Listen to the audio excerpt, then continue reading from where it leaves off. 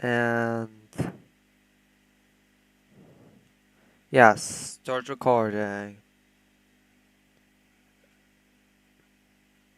Oh, I forgot to tag this properly. So, hello everyone, and welcome to the 24th, I think? Was it the 24th? Let me just check quickly. I had a template set for the descriptions, and I forgot to change the blank to the appropriate number for the stream. Let's see. So hello everyone and welcome to the 24th stream of Project 1000. This one is quite quite late since by 9 days since last week I had a school trip and had a bit of a cold this week. So I'll try doing all of the ones I missed, if possible. And I see that watch count already went up to 3 people. Welcome everyone. Okay, so I'm going to close this right now since it's going to slow down the playthrough. And today we're going to hopefully finish the Casimir the Third campaign. Just a second, I'll quickly need to check for the files. Where I have... Okay, here we go. Casimir the Third goals. Close that. And there we go. So the goals are to reassert suzerainty over Mazovia, which we've completed. Oh wait, maybe it's better if I open the stream beforehand. So not the stream, the save file.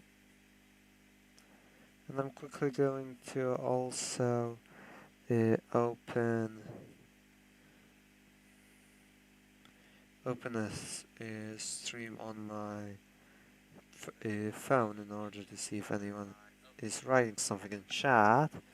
Okay, nothing there. Oh, and I'm going to mute this and play. Alright, last time we ended with a massive victory, pushing the Aztec Empire from Aquitaine during a crusade. I'm pretty sure we even took first place. Let's check. Yeah, and Aquitaine is now being ruled by Queen Constantia the Pilgrim, who is our aunt, as well as the wife of King Jean the Third. Well, the son of Satan. Well, that's ironic. She's supposed to be a Crusader queen, and he's that he has that epithet. Alright then. Oh, we're also at war of with Bohemia, it seems, since... Oh, makes sense, he's excommunicated. Anyway, let's go through the campaign goals. So first off, we have reassert suzerainty over Mazovia, which is checked. We took that quite a while ago, probably 2 streams ago. Regain Silesia from the HRE. We attempted that once, but ultimately lost. But at the nearest opportunity, we'll totally try that, especially considering our gold reserves right now. Regain Inherit or gain Halicia Volhynia. Originally, I thought this might be somewhat historical and we just gained the region automatically, but it proved to be a challenge, especially since we went to war with the Golden Horde and ended up losing. Next up, regain Pomerania, which we've mostly completed. I'm not sure if we want to gain Bitów as well, though. Next up, to develop the country, found a university in Krakow. which we call the Piast University, since the echelons don't exist in this timeline. Oh, and we can actually build something. It probably doesn't matter at this point, since the campaign's going to end soon. But I guess we can go for a watchtower network to increase our levy size. Develop the country. Yeah, we built plenty of cities, so I think that counts for that. Have a male heir. Well, this is here's the grandsort of Casimir the Great, who also somehow became somehow was also baptized by the Pope, going from Casimir the Third to Boleslav the Sixth to Mieszko, who gained the Fifth, who gained the epithet the Sword of the Lord. And finally, there's a requirement to complete it between 1333 and 1370, which we failed. Alright, so without further ado, let's get straight into the campaign. Oh, and hello Star Orchids, welcome to the stream. And welcome everyone who joined in. And we seem to... Oh, so he's going to be inherited by Heinrich. He's also the heir to the Duchy of Silesia. We could actually fight it. Oh, the problem is... Oh yeah, we have de jure claims, I completely forgot about that for a second. Let's see how numerous our armies have. Yeah, we might want to recover a bit and then try to attack Germany. How good are we on the opinion department? Let's see, the Duchy of sorry, the Duchy of Kuyavia,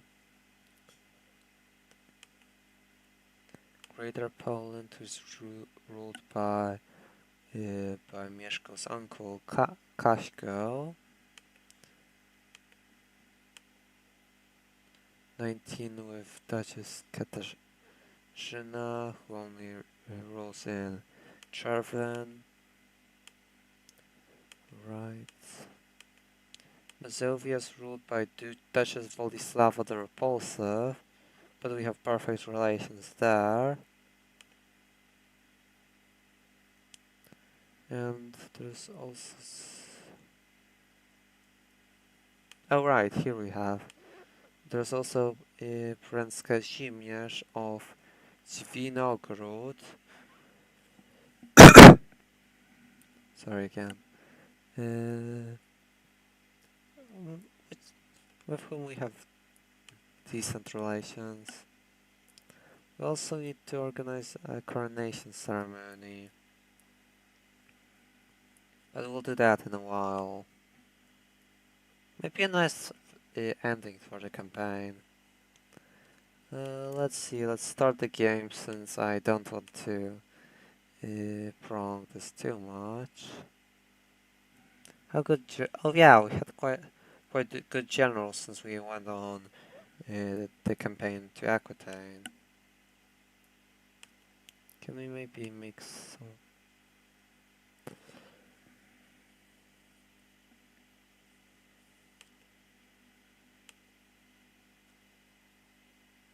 Alright, we can't pass any laws at the moment.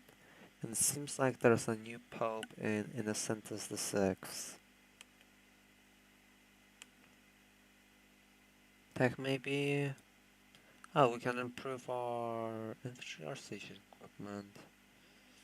Let's go with infantry. And popular customs and improve keeps. And I guess we can also do cities and temples. Oh, our alliance with France broke down as well. Sorry.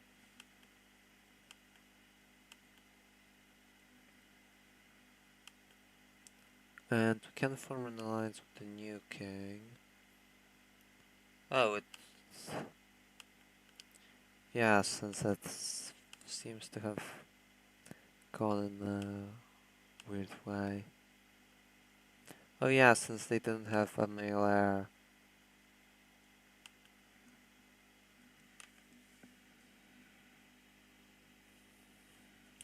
Wait a second.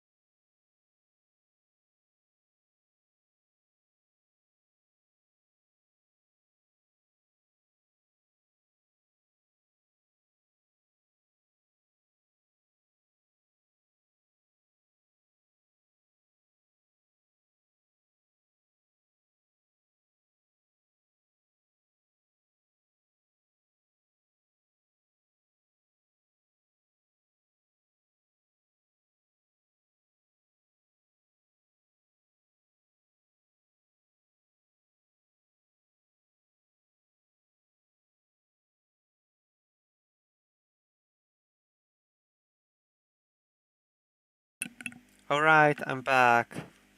Sorry about that. I still have a bit of a cold.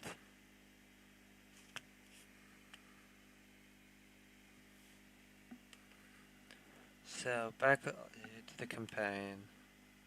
Alright, Constantia didn't want to form an alliance with us, since...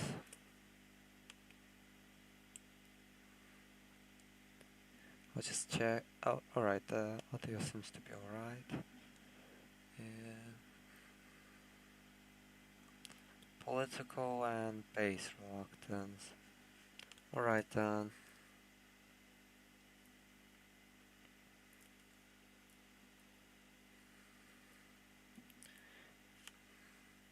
We will probably want a new alliance with France in that case.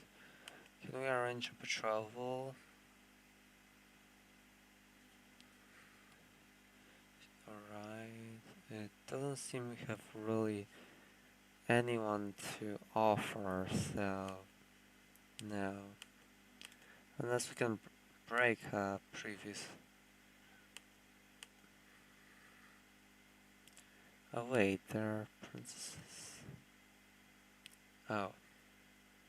We can't invite them.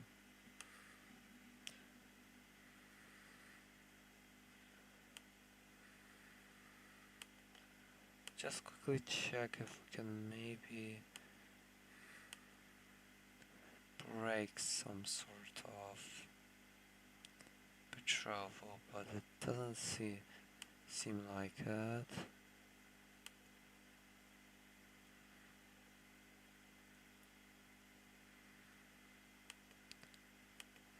Maybe you can invite her to... Let's see if this works. She'll accept.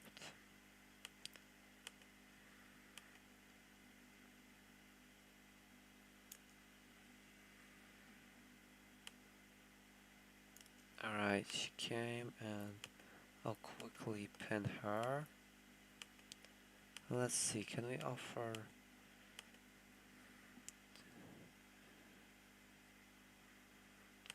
some sort of betrothal to France? So Martha here with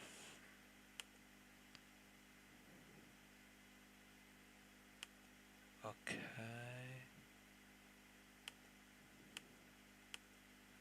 No, he won't accept it with anyone. Do we have maybe any better cousins? And by better I mean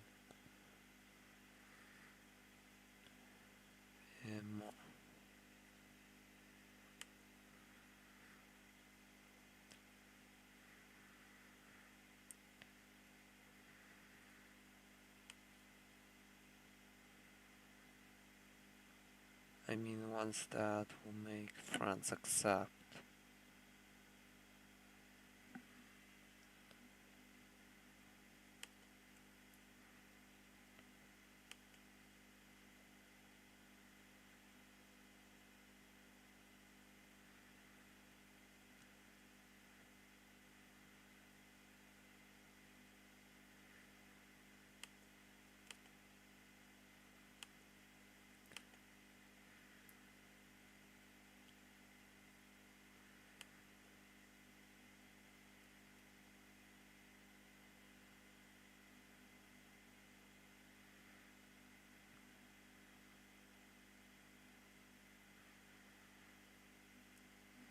Doesn't seem like it, so I think we'll have to stick with the alliances we already got.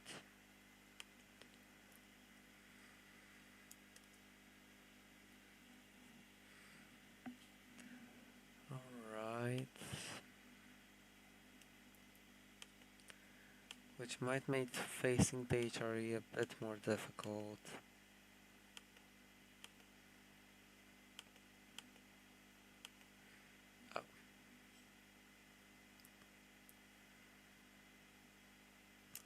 Alright, and Mieszko's also not married since he's in hiding constantly. I think we can make him go out of hiding. Oh, he's also a eunuch. Anyway, to stop that, I don't think so. We could also repay this loan, cause why not?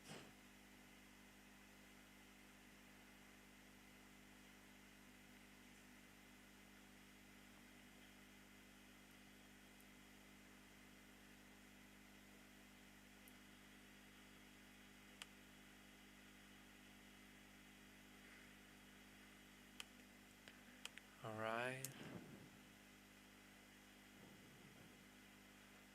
And we can present Kashko the Mary, but only one person, that being ourselves, is on our side. We can easily replace the Bishop of Kielce with the Bromir,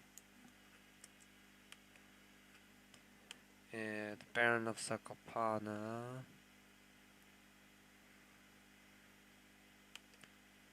with,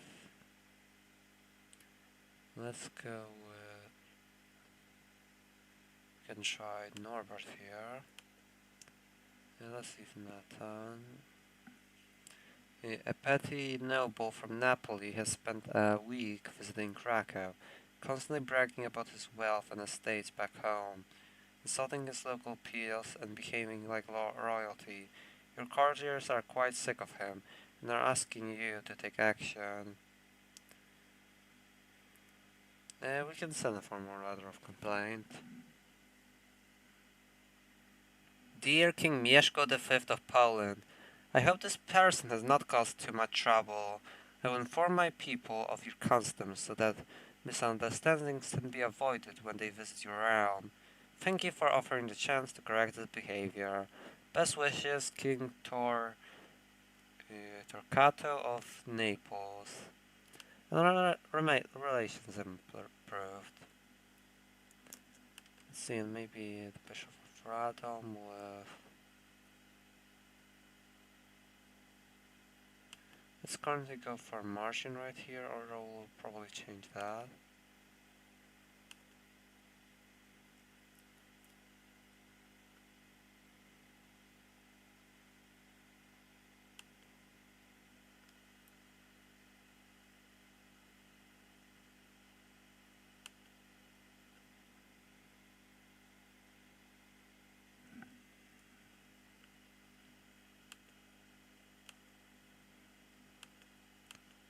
Okay, everyone is still against it.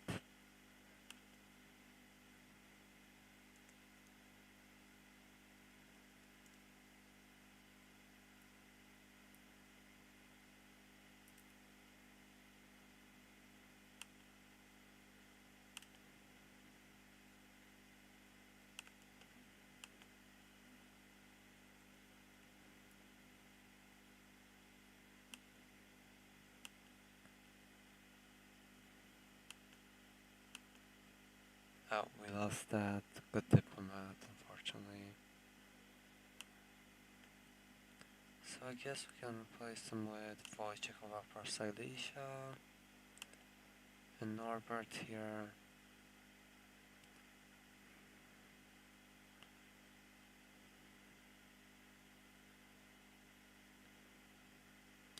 Guess we can go with Sieciech of Bochnia. Let's change it. Oh right, we are going for imprisonment, not... Never mind, it won't work. So let's change him for feet here, and that's good enough.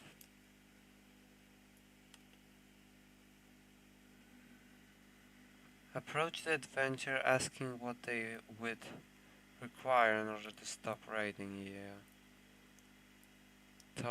Talkmani's castle will present you an offer. If you choose to decline, there is nothing stopping him front continuing to raid your land. Oh, is it? Yeah, I think he's passing right here. Let's see. To the respectable King Mieszko V, my lord, your prosperous lands mark you as king of impressive abilities. I have an offer for you, which would ensure a lasting peace between us. Let me rule the county of Przemyśl in your name. So this one right here. And no one shall dare to touch it again.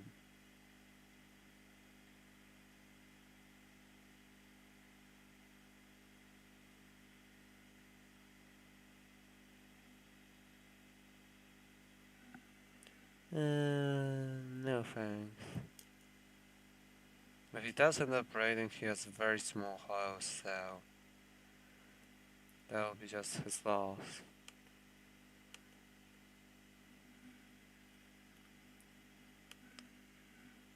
That also reminds.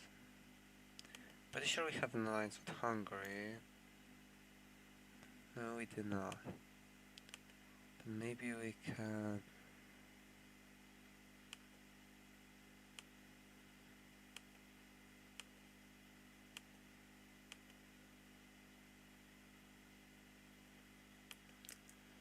Try and form some sort of alliance.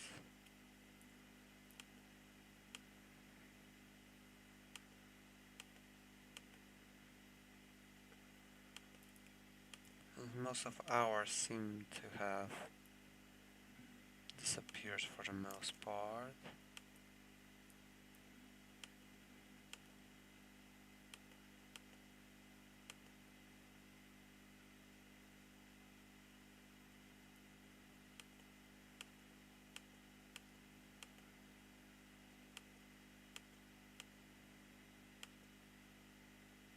Alright.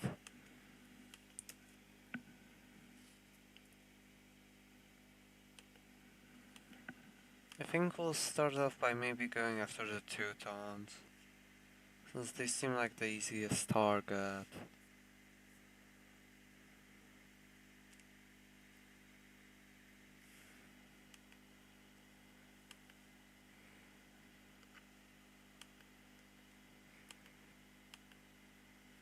So the core of this war will be a border dispute over Marienburg.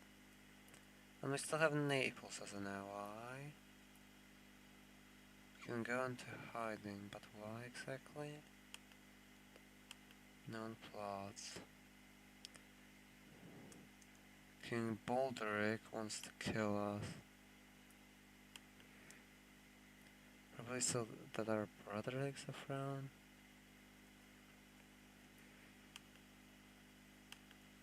So we'll go into hiding again.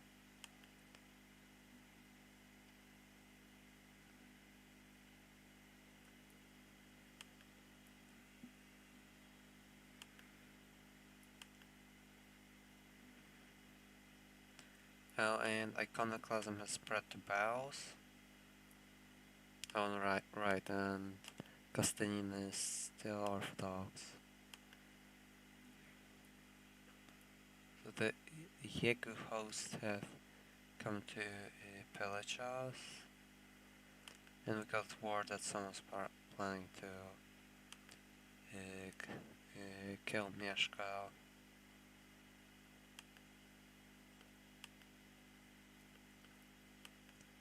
We also got some new domain types, including the city of Kamień,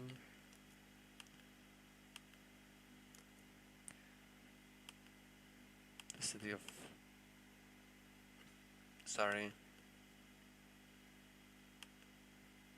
Szadek, the city of Ostrowice, the city of Łuków,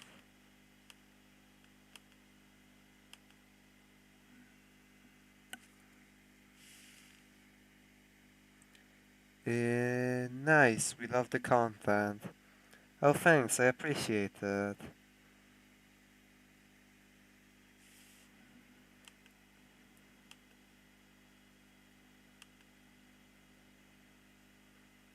Let's see, how many...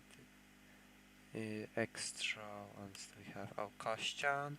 We can give that away.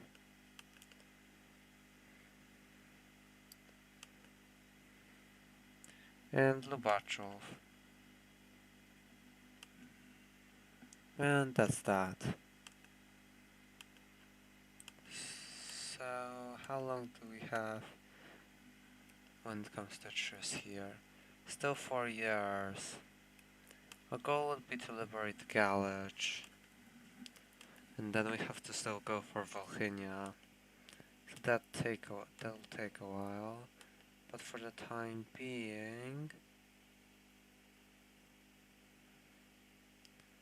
we'll go ahead and try to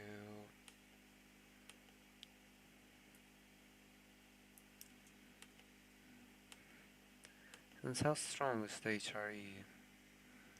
47,000 troops.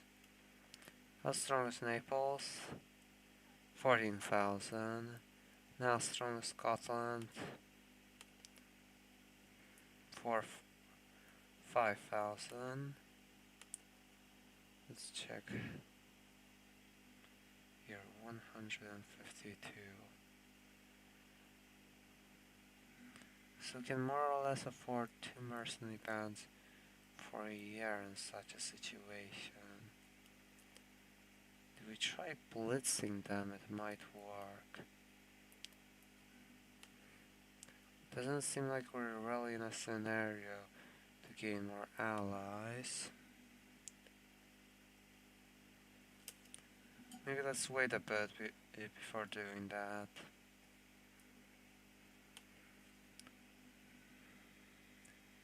Pilgrims pass through the hospital in Krakow all the time, but word has reached you that one of them has stayed at the hospital for several days, tending to the sick and wounded, and assisting anyone who would help, who is in need of help.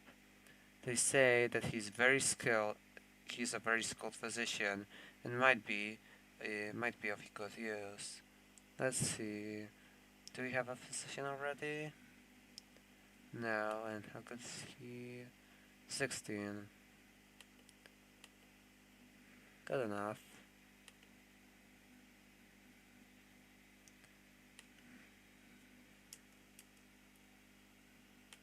And we're losing... Oh right, monthly expenses.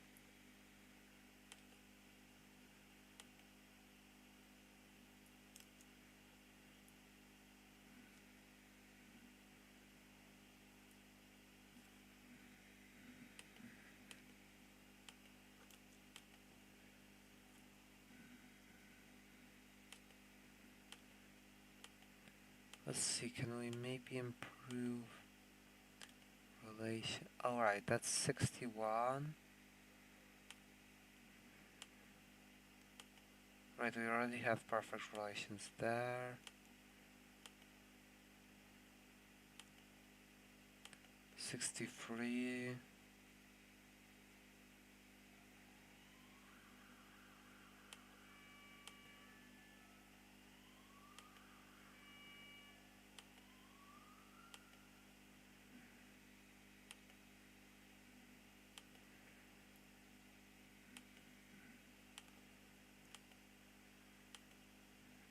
Let's improve here.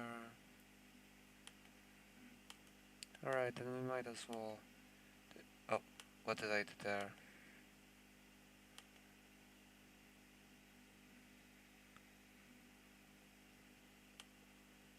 Alright, it seems like we didn't do anything major. Yeah, since we're at the limit, so we didn't get over Castilian.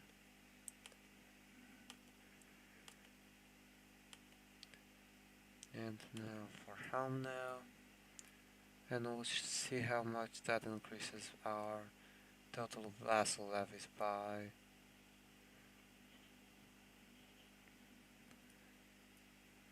Oh. It seems to fluctuate.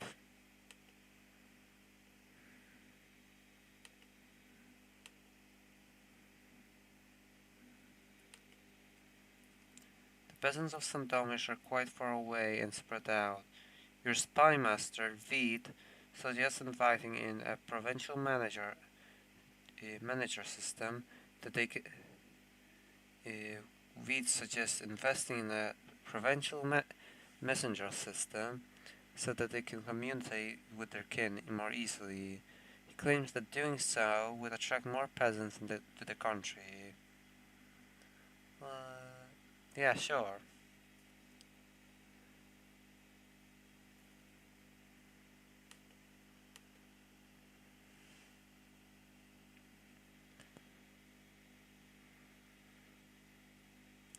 Oh, and a peasant uprising broke out in Bells.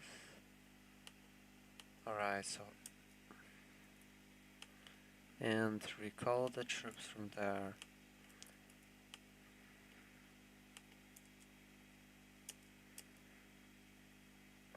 We'll gather in Sandomierz.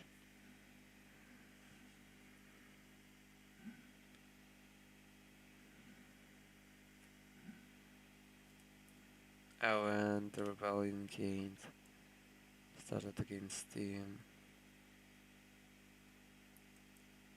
And we lost the alliance with Naples.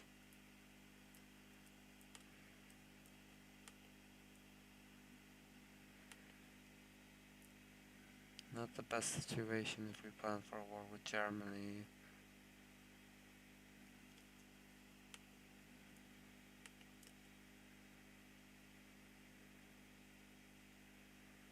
And we might as well aid Scotland, but I think that basically delays the war for the time being. Since Scotland is preoccupied, we lost the alliance with Naples. Unfortunately, Mishka V is a eunuch, so we can't get any allies. Smallpox spreads across the sea. It seems that that plunder and slaves are not the only thing the Aztec sailors have brought back with them to to their own shore, back with them to their own shores. Rumors have trickled to the old war, telling stories of smallpox pandemic sweeping across the Aztec Empire and its neighbors. The streets and alleys of Tenochtitlan said are said to be littered with the dead and the dying, and the Aztec Emperor has commanded the immediate execution of all slaves and prisoners captured on the great eastern continent in an effort to stem the spread of the disease. Alright, so it seems like the Aztecs are going to be start weakening even further. And how's that crusade for the Maghreb going? Sorry, not crusade. Jihad. Oh, the Aztecs are going to be pushed out of here too. So, how? What is the? Oh, so they'll keep parts of Algeria and northern Mali. More specifically, the Kingdom of Ghana.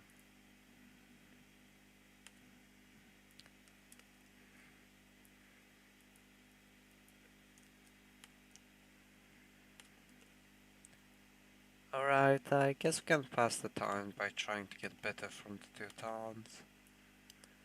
So, border speed over Beto, yes.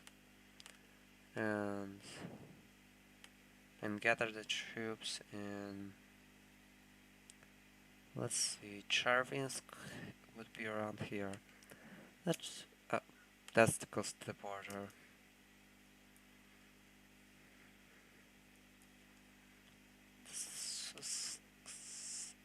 Close enough to the location of Chervings, so the historical rally point for the Polish armies during the 15th century wars with the Teutons.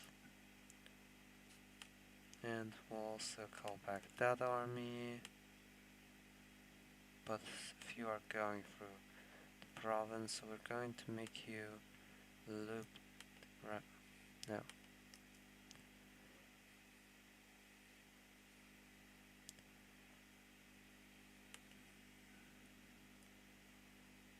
Go there.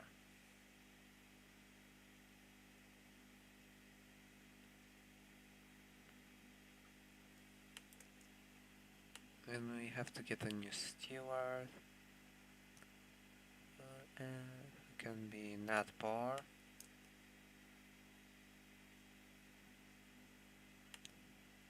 Alright, we got the army concentrated on one point. And let's make the generals Stanisław. Alright, Karol can keep it and replace Janisław with Jakub here. And let's try to quickly defeat the Teutons, but attacking from Nakwa, since it's not a good idea to attack across the Vistula. Steward Baron Nadmor wants to hire ruffians to bully the peasants who are not paying their taxes.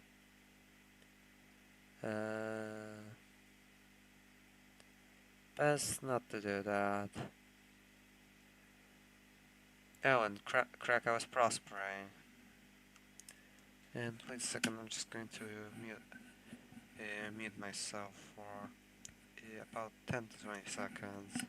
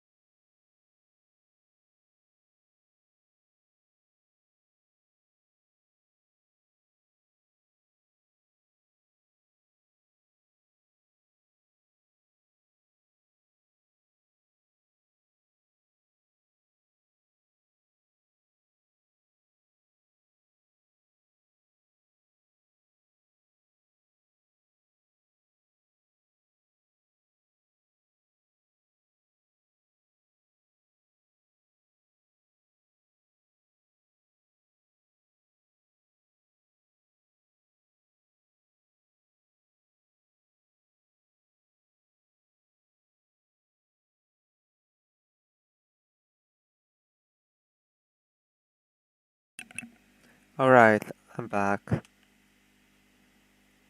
That took longer than 220 seconds. To be fair, that is a pretty short time span. Alright, then let's engage in a battle with the Teutons, who luckily seem to have quite poor commanders compared to our 20s. And my marshal has discovered a man of great talents called Janusz, who's willing to serve in my ranks. He's not that talented. We have plenty of commanders who are better than him. But alright.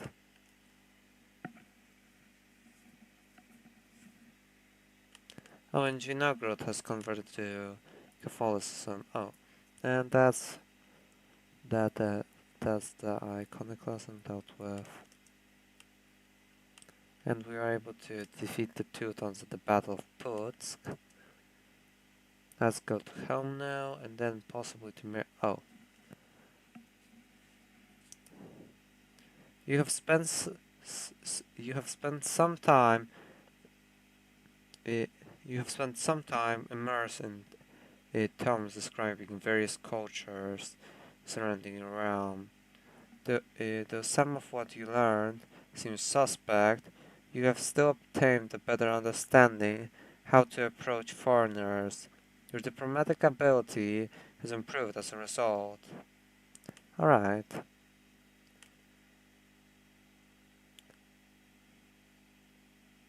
Oh, since his goal is to gain friends, which he was still unable to achieve. Work has become more boring, and the hours of the day dry are gone. So he unfortunately loses diligent.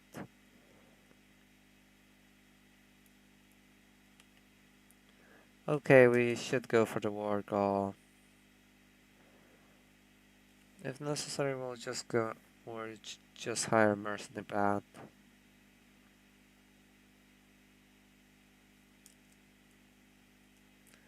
Or never mind, we're actually going to retreat to Stolp and Poznań. Or we're going to face them in Stolp. Or Swoops can put.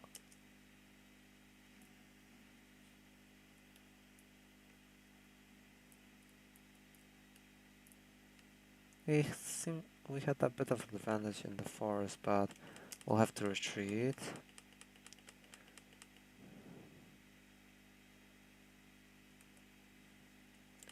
And hire some sort of mercenary company.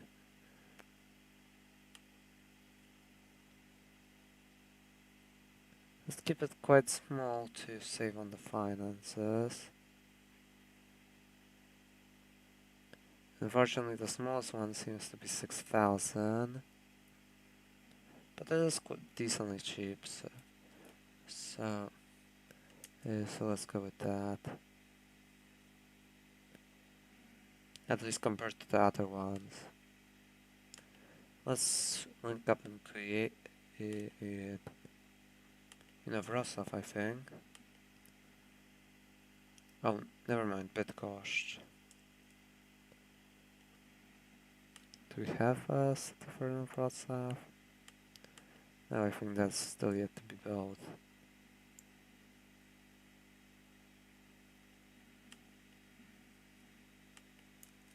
Oh wow, I think they recruited a mercenary company since they used to have 10,000 troops before the war. Oh wow, 14,000. We're going to have to hire a few more troops. Let's go with the irony. Why not? Hire 2 mercenary religious soldiers.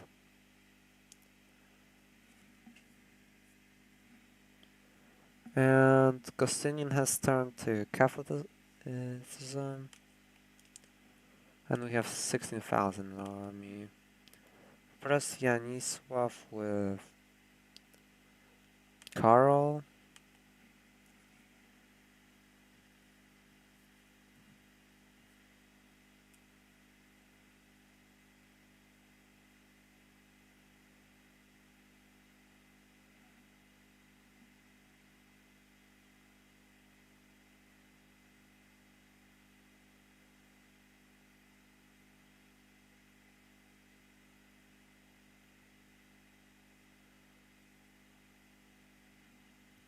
Actually, you can keep Yanisław since he's good with foot troops and actually see how we're doing here.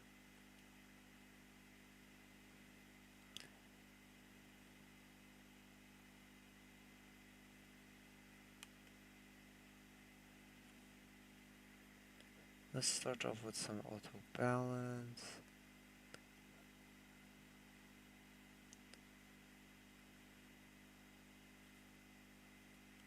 I tried to tinker around with this. I don't generally do this.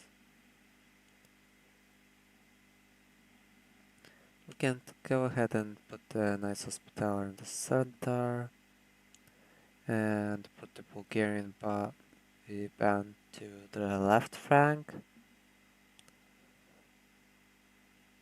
Oh wait.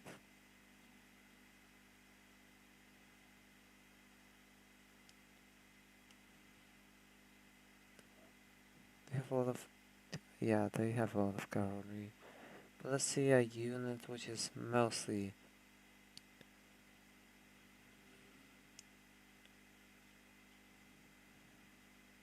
Oh, we can also... Yeah, I didn't know that we can also add commanders to subunits.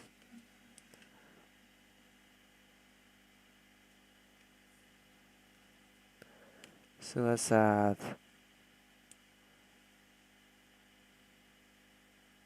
Jakob here. Oh, we already had Jakob here. So in that case, Karl here. Bożydar here. Janusz here.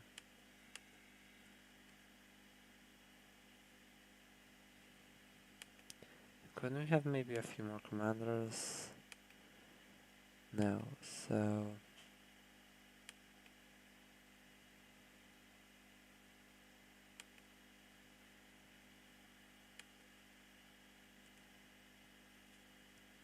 And we can also put this Bulgarian band commander somewhere. I guess we can put him on the right flank.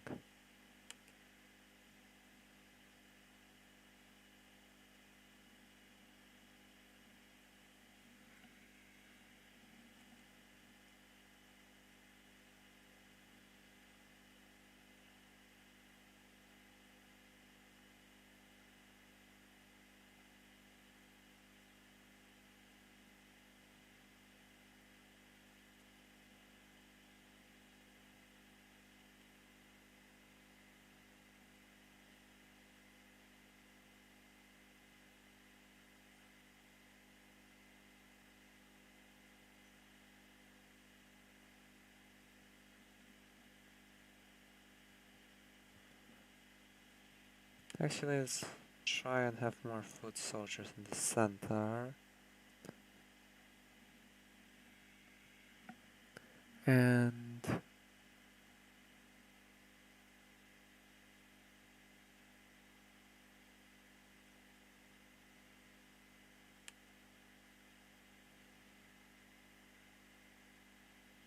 Never mind. Sorry. But I think ultimately the auto balance is the best option since we can't exactly divide these units properly. Now let's move to Gdańsk, but from the side of Nakos, and we don't want to have unfavorable conditions, and the Muslims have gained the Maghreb, forming the newly found Fadalid Sultanate. Oh, and we also have a fleet with, because of the nice Hospitaller. We're actually going to wait a bit here, since Gdańsk has a few castles, and we'll wait for the Teutons to maybe lose a bit of morale before we strike.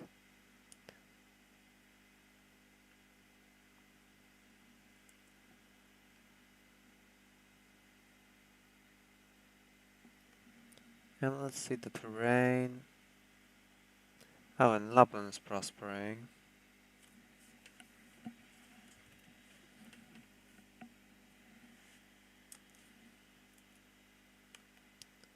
We lost the siege of Gdańsk. Now let's see how to go with the siege of Lemberg.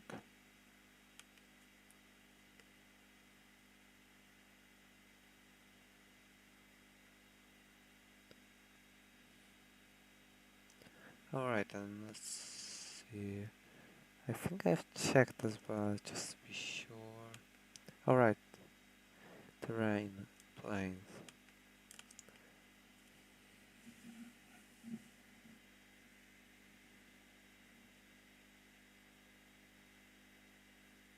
Alright, let's go and attack right now. Wait. Oh, right. Religious orders don't fight against each other. I forgot about that.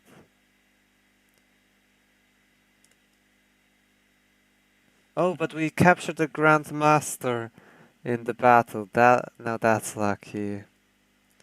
So we're just going to enforce the peace treaty so that we don't end up getting captured in battle as well. Oh, and I think we can go to war with the Golden Horde at any moment. Maybe wait a few months and then we'll go to war with them. Especially since they're relatively weak compared to Germany.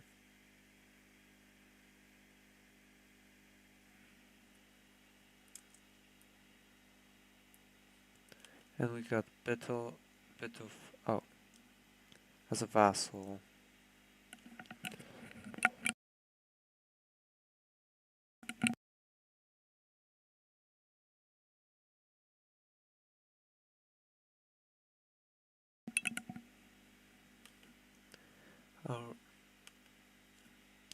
Alright, so now for the Golden Horde. How long does our... Oh yeah, we can attack them at any moment, literally. Let's see, do we want Volhynia first or Galicia? Galich? Let's go with Galich since that will divide their territories.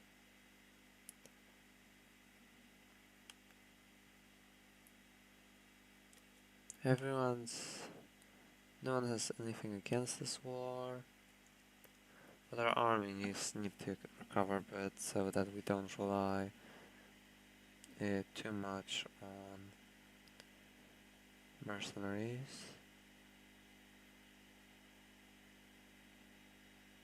This might take a while, so we still have 7,000 ducats.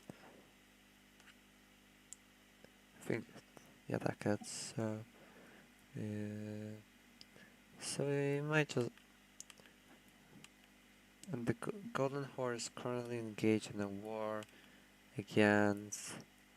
Oh, the Tuglu Khaganate.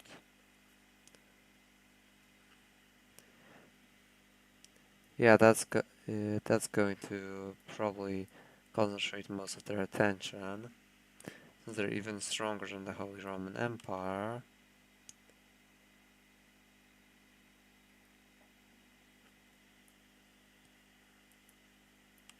So let's just go to war. There we go. And liberate Galich. We might as well call in a Bryce the Oppressor of Scotland and gather all our troops, as well as the Holy Orders, concentrating them in Sandomierz. And Scotland joined the war. Hopefully their troops start trickling in soon. And it seems like that will be the case. Oh, and we also have too many counties since we inherited Helm now. So we'll just create a new vassal in Sachaska.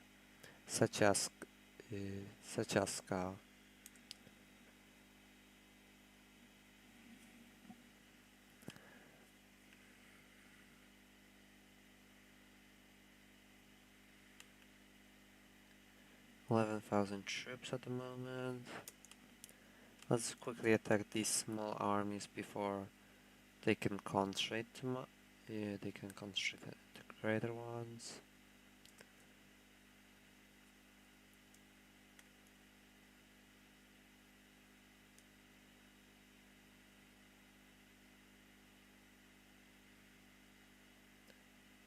And we'll be able to win this quite easily. Yeah. With 9,000 troops still left over. But we can't retreat, so instead...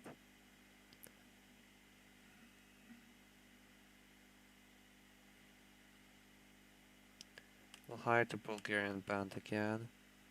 And send them... oh!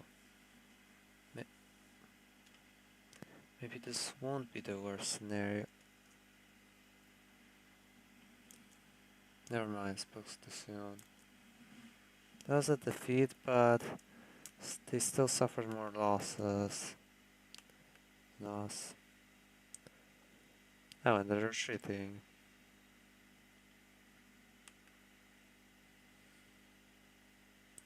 Overall, the first battle of Sambir gave more war score than the second.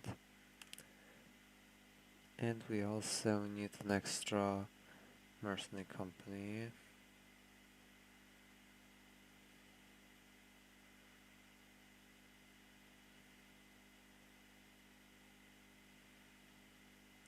Oh, this one's very cheap. And my uncle Dukashko has asked me to spend some quality time in Gniezno. I'm sure the idea is for me to become friends with Prince Kazimierz of Poland. Alright, sure. Why not? That's only better for us.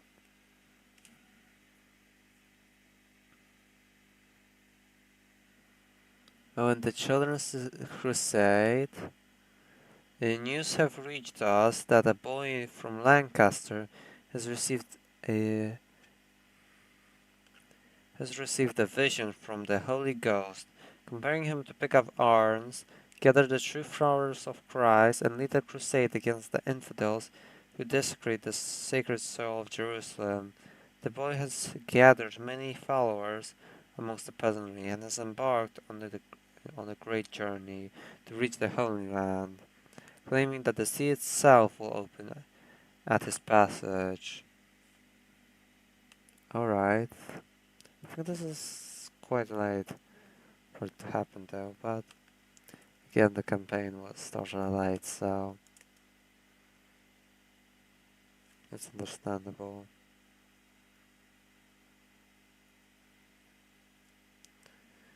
Oh wow, they have quite a lot of troops gathered. A lot more than expected. And it seems that for some reason the Golden Horde just doesn't care about the true Gluk Kaganet.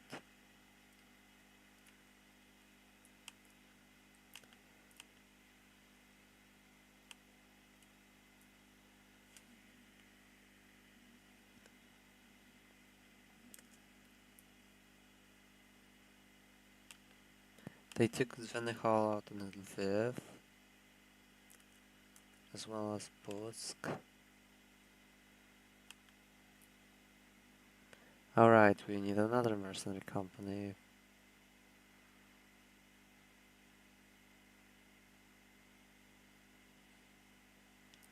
We saw a quite cheap one just a second ago. Cost. Oh, the Finnish band.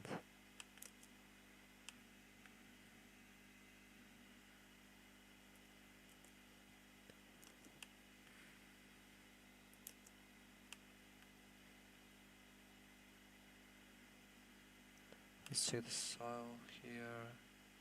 I mean the terrain.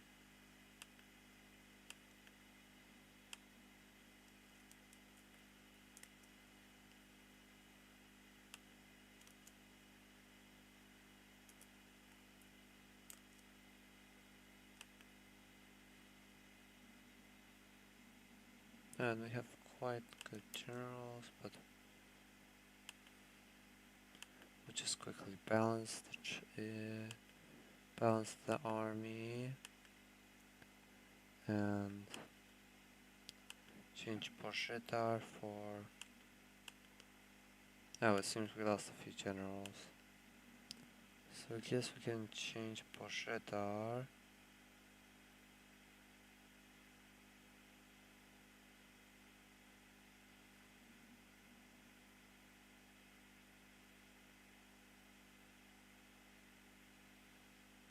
Actually, I think this is alright.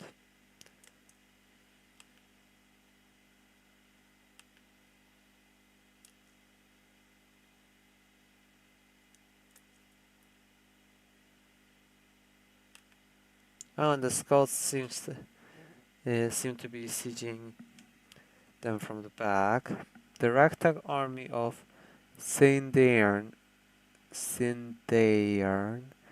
I hope I'm pronouncing that right, has reached Krakow, as if the parade of dirty peasants and screeching children hasn't already caused enough problems. Their unlikely reader has requested an audience with me, claiming that I should provide troops and armament for his holy quest.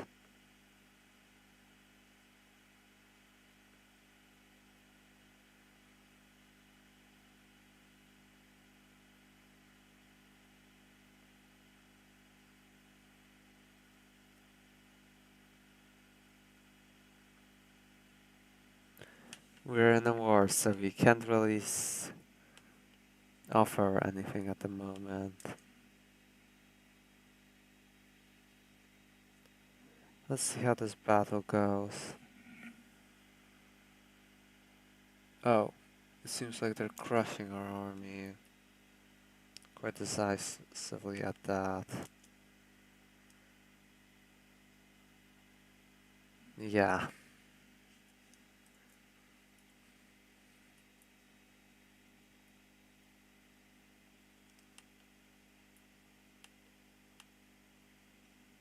Must be the army quality.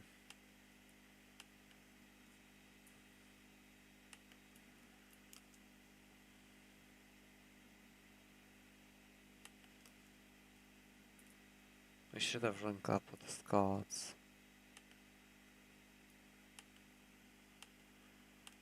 But they are at war with...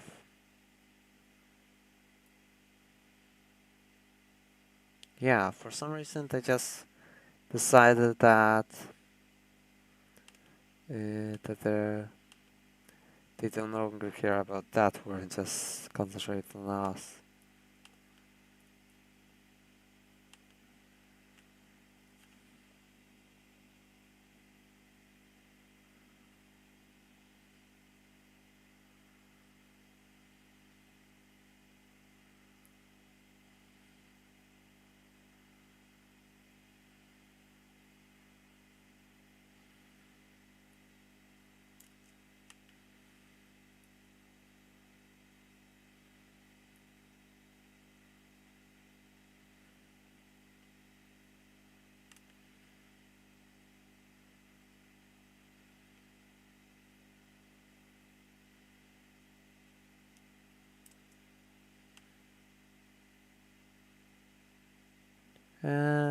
Sure.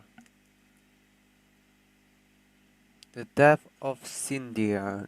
With the death of Sindaearn, his misguided attempt to lead a crusade to the Holy Land will never come to pass. All the children and peasants who have flocked to the banner of this boy have scattered to the four winds. They lament the loss of their beloved leader, still unable to grasp why would God allow for him to be killed before accomplishing his divine task.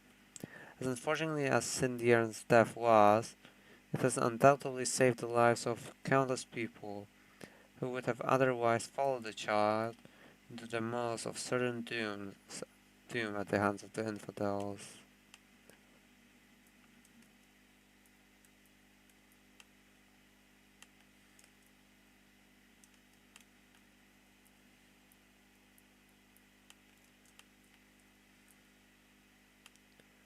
Let's go ahead and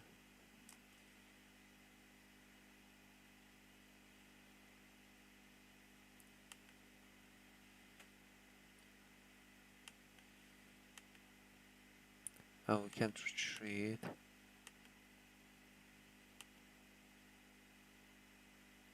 Wait, we lost half of our generals. Let's try go ahead and promote new ones.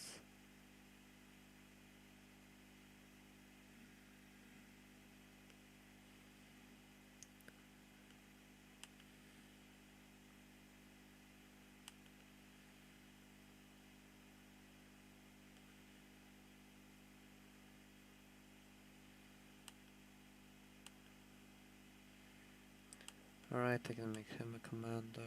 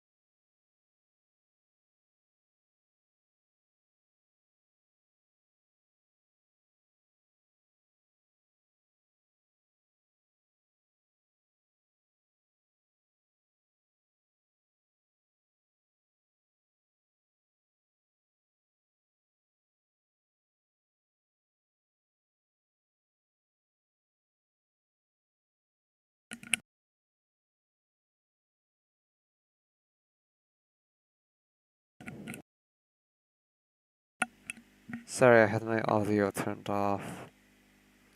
But so to recap, basically we lost the war here. We, since I didn't know too much, didn't know that soldiers of the Golden Horde were of such quality. That explains why they were constantly beating us at every turn.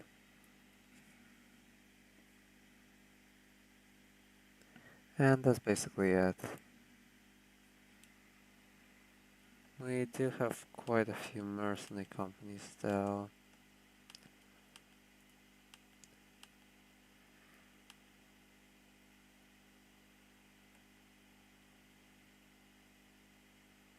And while I with that in mind, trying to take a swing at the Holy Roman Empire, considering that many of them aren't.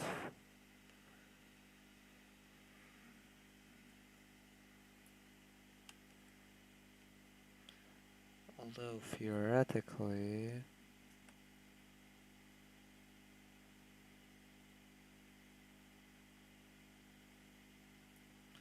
$300 per month, that will give us 10 months to attack.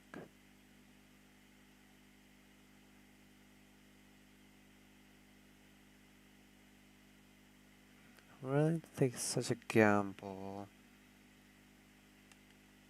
To be fair, we would have to wait for another crusade otherwise, so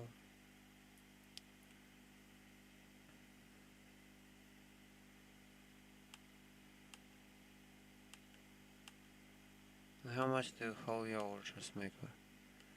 Oh, a very small fraction.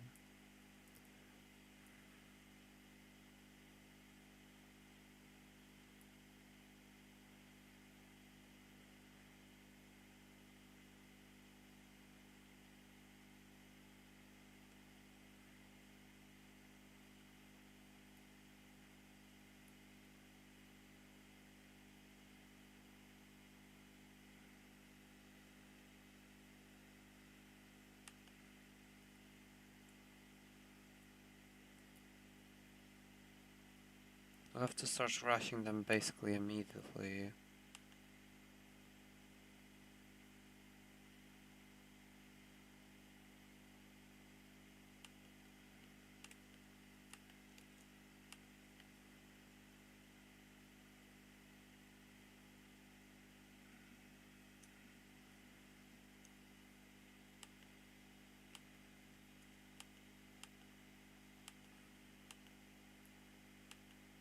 We might as well.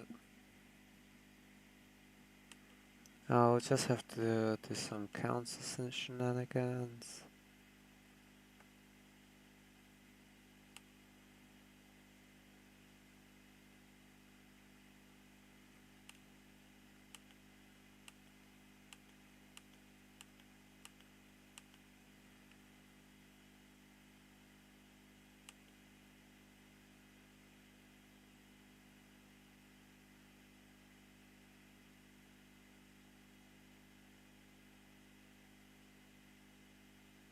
Sorry.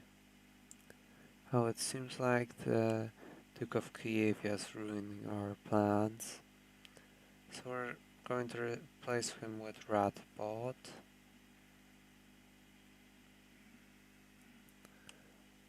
And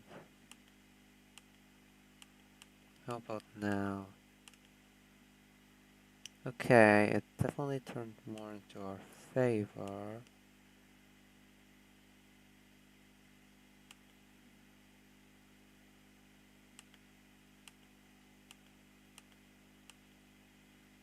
Alright, perfect.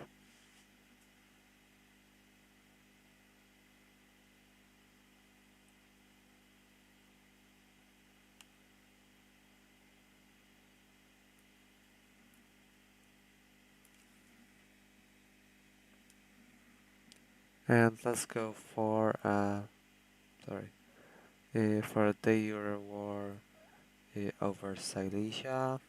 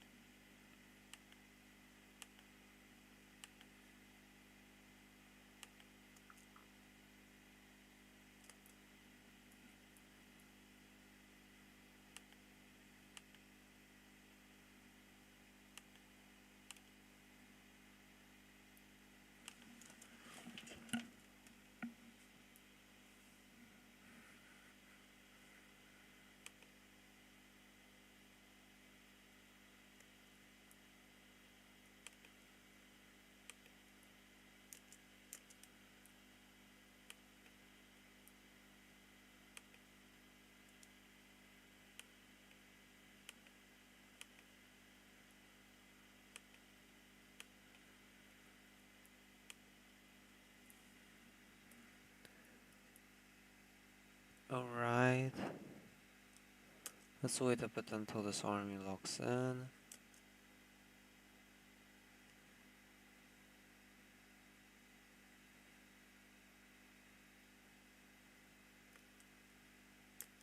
Alright.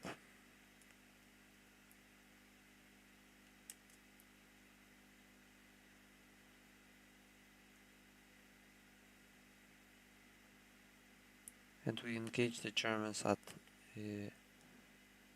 the Battle of Strzelca, defeating them and capturing capturing Willem V of Holland.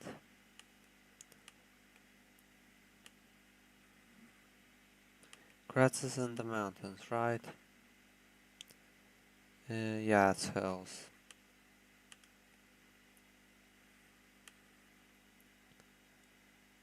Oh, the fortress is too high level.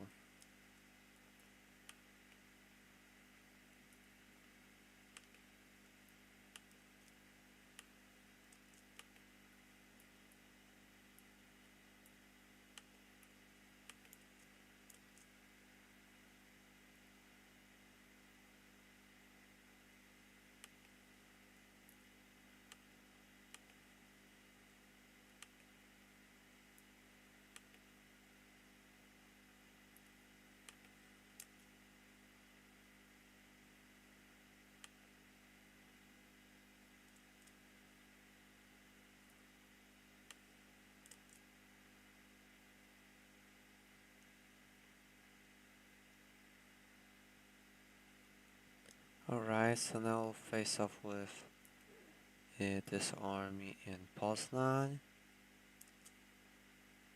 waiting at Oborniki, and we took Wrocław by this point. And now we're going to attempt to do several assaults at the other cities.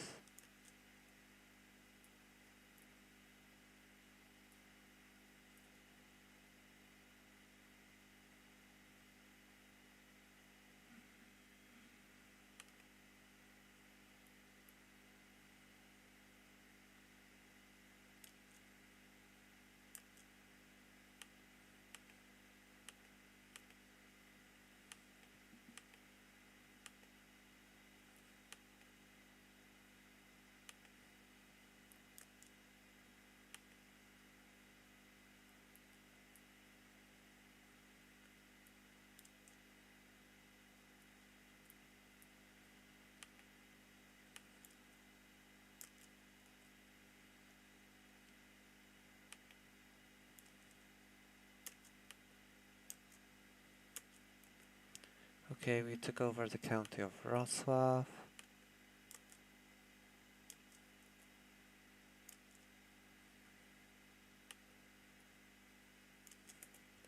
And we did this. Oh.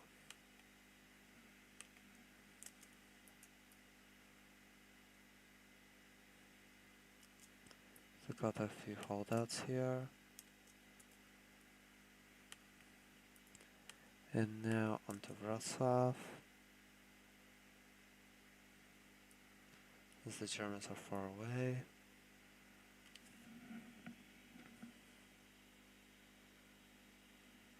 Alright, and we will be able to defeat them. I'm basically trying to speed around this war.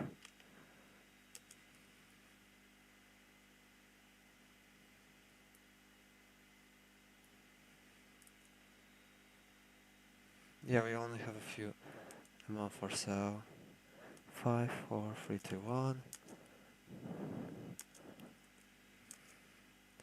And one castle here. Oh, we lost Glogau.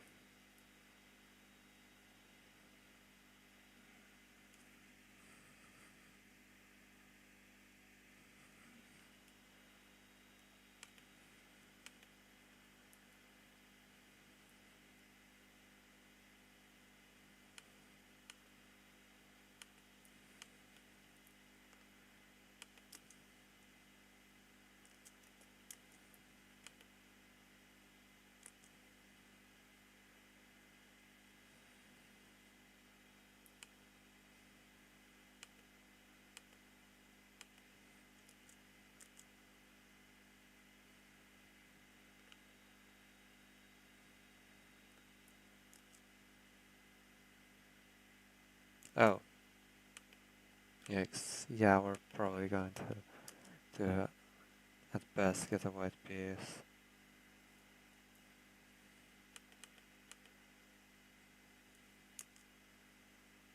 Yeah, we lost that.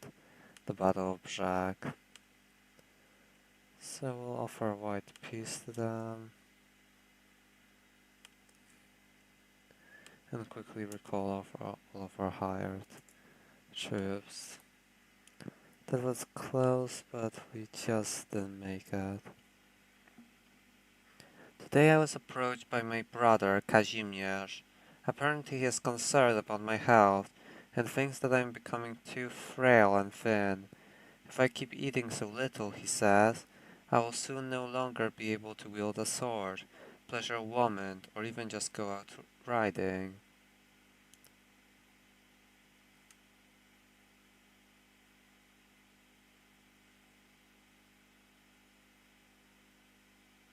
Yeah, we can go for the first option.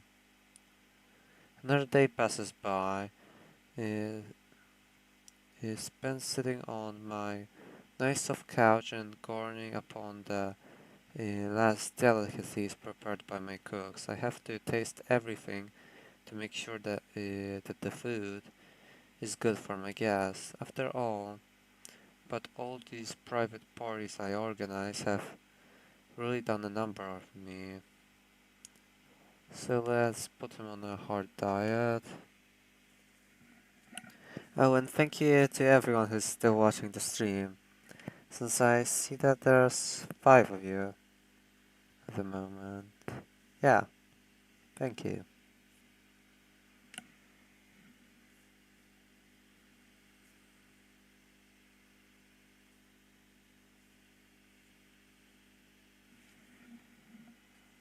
Alright, since we're not going to any war in a good while. Oh, 6 viewers.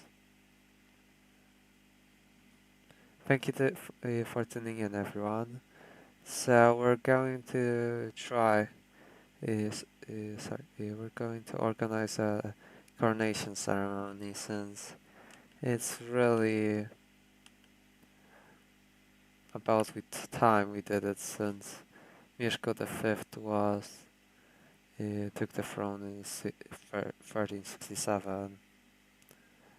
So it has not been easy, but I think I am managing to get back in shape. My old clothes have become too large for me, and I can run a flight of stairs without arriving at the top drenched in sweat.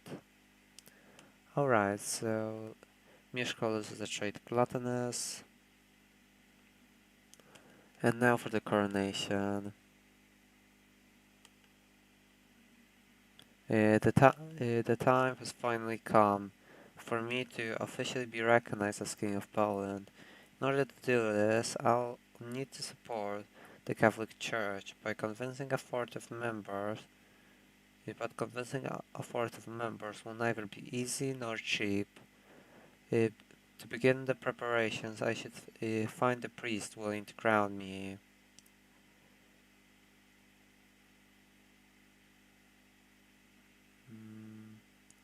I think we have enough for the Pope.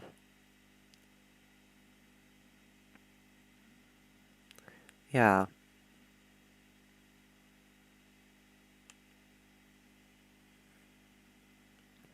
To King Mieszko V of Poland, I shall be glad to recognize your divine right to rule, as soon as you donate what is due to the church. Alright, so 200, why not? Wait a second.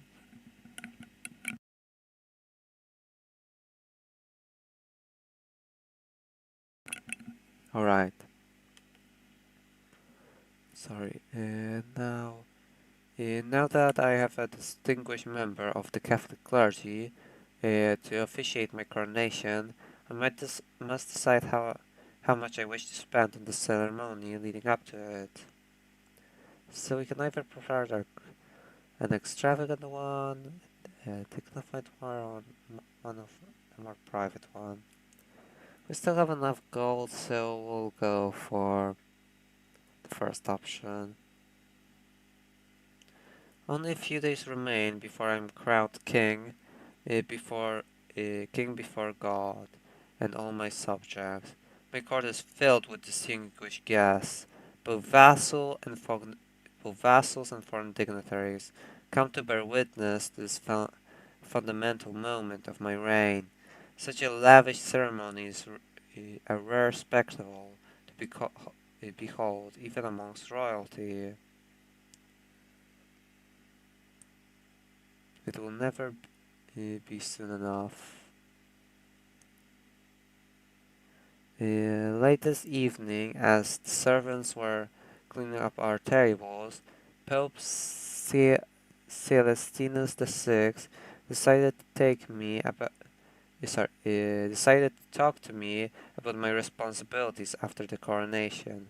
As a Catholic king, I will be sworn to take care of the secular needs of all my subjects, as well as to stand against the tide of sin and heresy besieging our world. So we can gain the trait Zealous, which gives us to Martial, gain to Learning, or become Cynical. I think we'll go for the first option, since that will also give us some Martial. This morning, a curious visitor came to my court. He's a wandering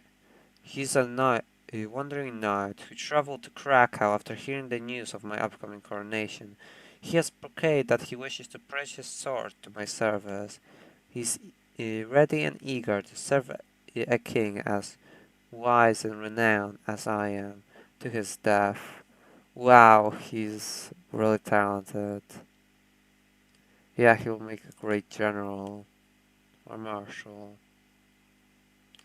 No, we already have Kashkos or marshal, so let's make him a general.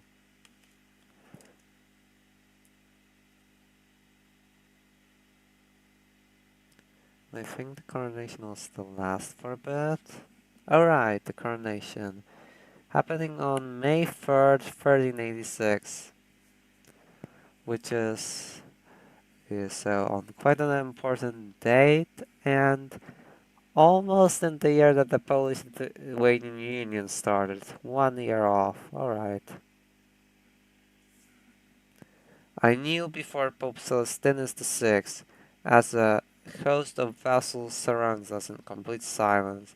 The Pope blesses me and places the royal crown upon my head, proclaiming me King of Poland by the grace of God. So we get the trait crowned by the Pope, which gives us some extra modifiers, as well as extravagant coronation, which gives us +10 vassal relations.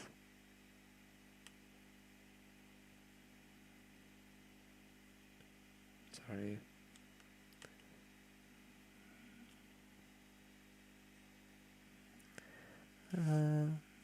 How long did this is this stream currently?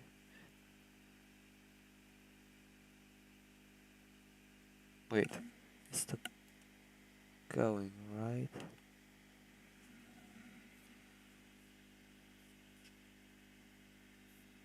Wait, something seems to be glitching when I try to turn it on here at the moment. Just a second, I have to make sure that the stream doesn't.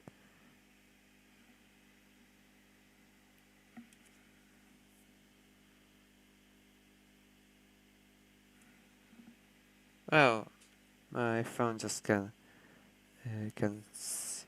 seem to get a good.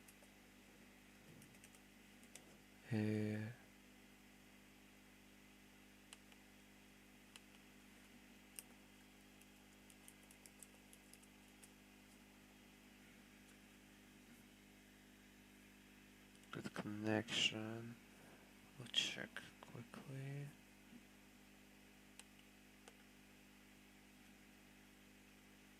Yeah, the stream is still on.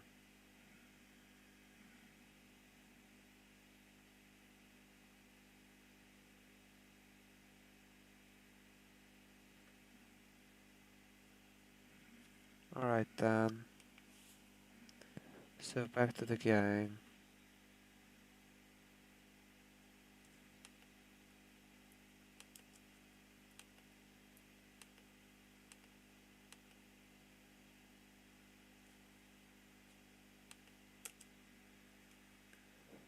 So, not sure what else we can really do today.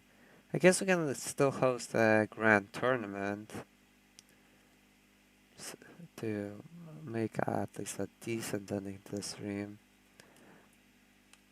As a positive, at least we conquered a bit of. Wait, unless we can also conquer Podlasia.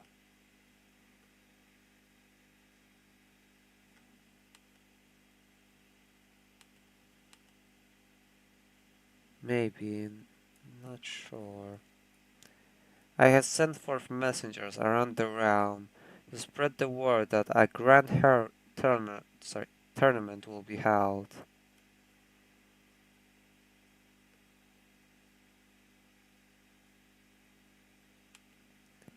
Oh, and we're continuing to upgrade the Piast University of Krakow.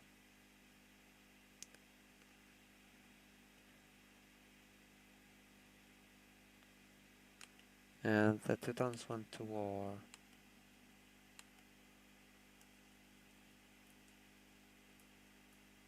Oh, never mind. It is time to the tournament begin, and for the next 2 months, let all show their martial brilliance.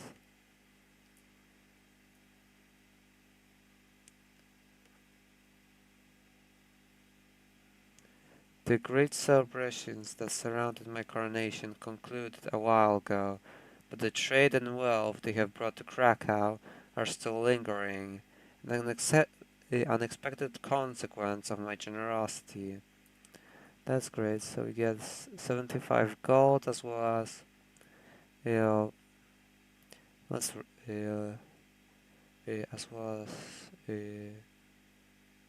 as well as making revolts less likely as for the next few years and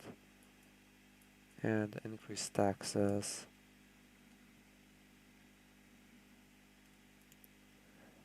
Alright, so my liege, your guest, Duke Wojciech of Kievia, has tragically been wounded during the tournament. Most unfortunate. Oh.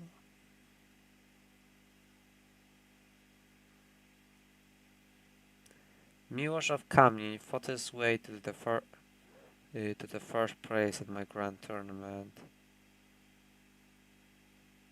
And fought hard he did. Maciej of Gostynin, our commander. Oh, never mind, he's our courtier. Won him second place in the Maciej of Gostynin's bravery won him second place in the grand tournament. And Solistry of Naklo has been crowned the winner of my grand tournament. And he's another one of our courtiers. The tournament's over, and now it is time to bask in the glory. So why don't we just maybe award him for winning the tournament? Why not? And make him one of our commanders. Oh,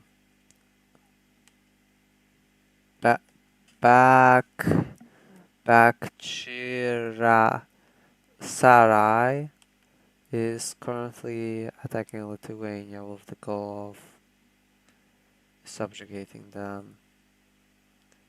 My vassal, Prince Bishop Spitkov Sonj, has requested that a lower rank vassal should serve him rather than me directly.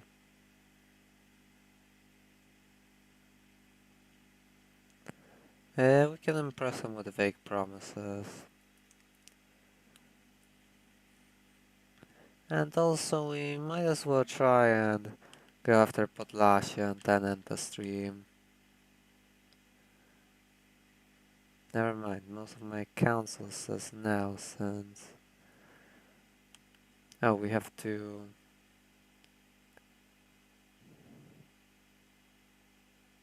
Wait.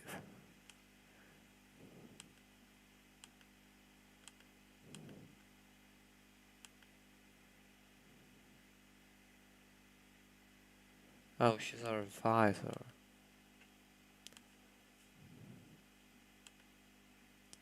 In that case, for the time being, we'll fire her and replace with...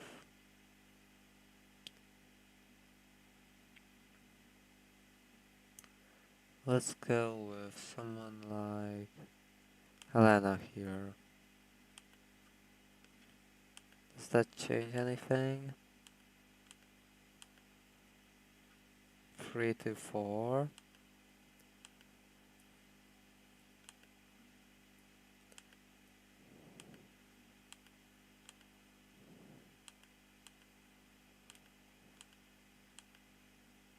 Alright, so 43. So let's try a small border war. Oh. Oh, apparently we can't do that since we have too little gold by this point.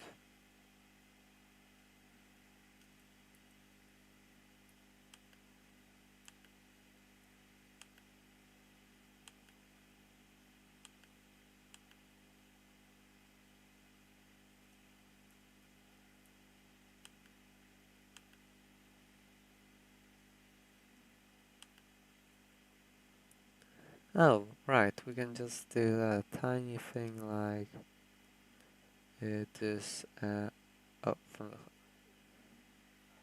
the, oh, wrong option. Do this tiny thing like this and borrow 300 gold loan. Wait, yeah, that didn't click for a bit. Your court chaplain, Bishop Dobromir of Jędrzejów, has been discovered charging money for various religious favors, putting the gold in his own pocket.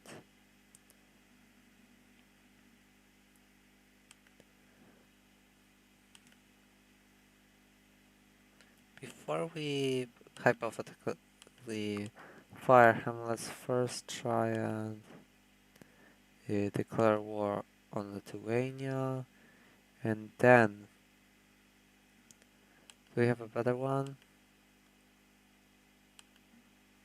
Yeah, we have someone equally as good, so we can fire him. And now hire Bończa here.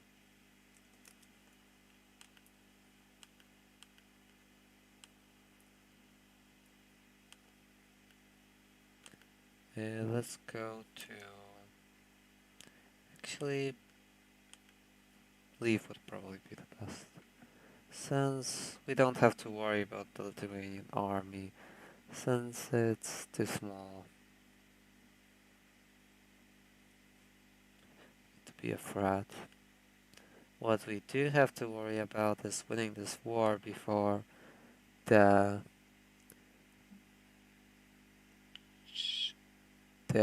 Bakchirasa is due.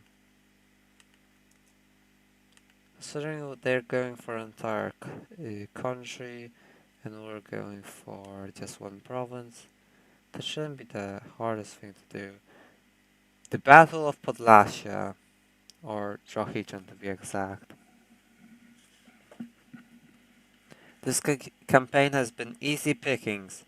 Swinging my sword over the plains is a pleasure, and my fellow soldiers are equally jovial, surrounded by the blood of our Lithuanian enemies and the cries of battle.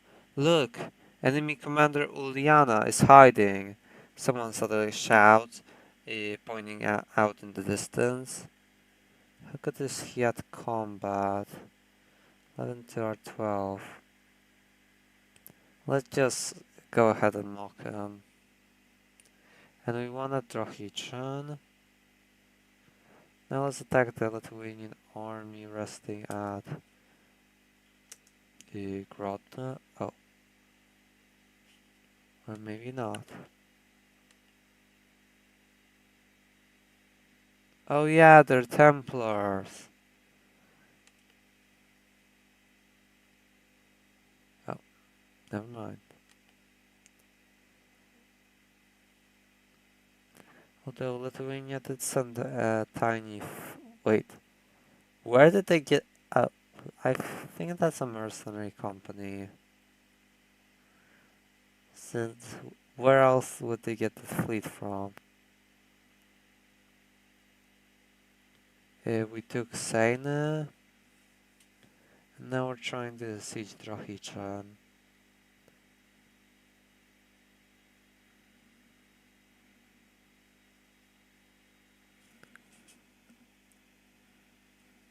Best not to try and storm it since it does seem to be well fortified.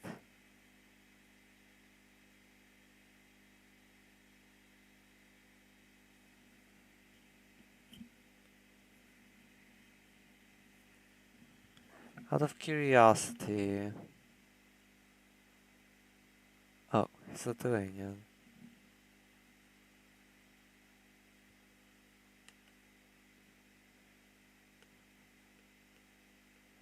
Oh. And here we have a Polish-Lithuanian flag.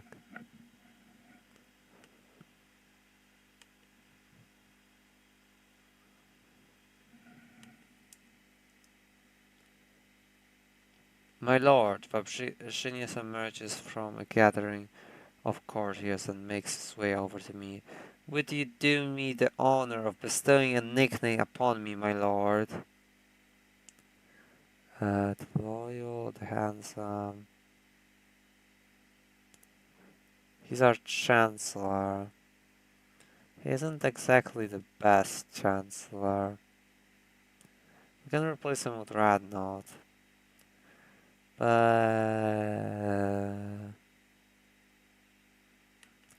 I mean, I think he was royal, so let's go with loyal.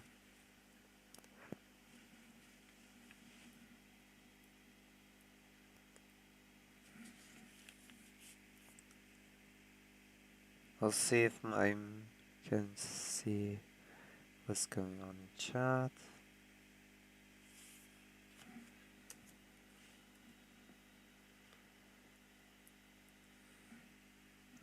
Alright, so we won the siege of Drohichan. Oh, and 7 people are currently watching. Welcome, everyone.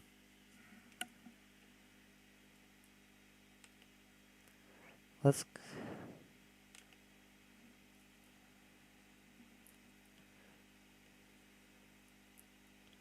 Actually, I'll try and siege Lithuania one by one. Since if they end up actually winning against back to Sarai, that's only good for us. You know, we'll do these slow sieges. What can we do in the meantime? Oh, wait. Did Lithuania surrender or did I not pay attention to the war score? Yes, I didn't. But I didn't think... Yeah, I must have not paid attention to the war score. Oh well, Podlasie wasn't really a region Poland held throughout most of history. Wait a second.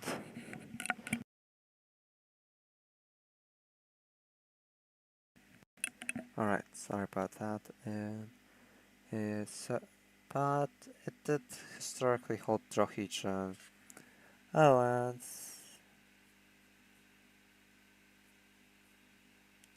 never mind. The viewer count seems to be fluctuating. Fair.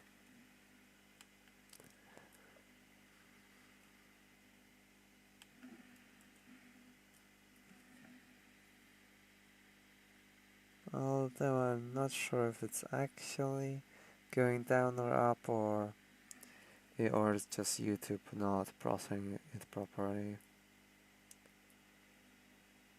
But overall, I'm not sure what we can do today. So right now, I think we did more or less everything.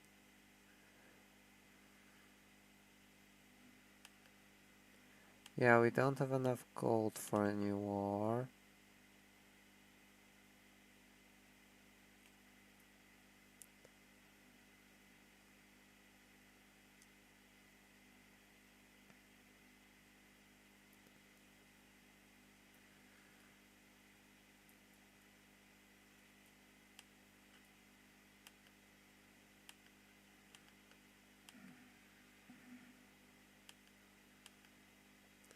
Yeah, I don't think we can really do anything for today. So let's just wait till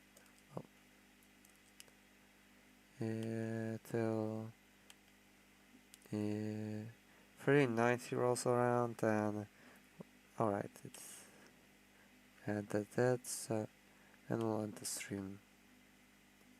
Oh, and Britain has become an empire under the under Empress Adelaide, daughter of Satan. Wow, what's with the game choosing the grand rulers, the epithets, an epithet related to Satan, since first off there was Jean the Fur, son of Satan, and now here we have Adelaide, daughter of Satan. Oh, and the young talented artist from Krakow proposes to paint an iconic portrait of Władysław VI. Alright then.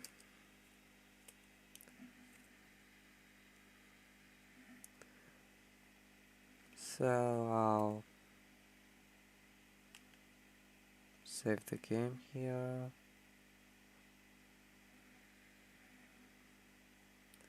And quit.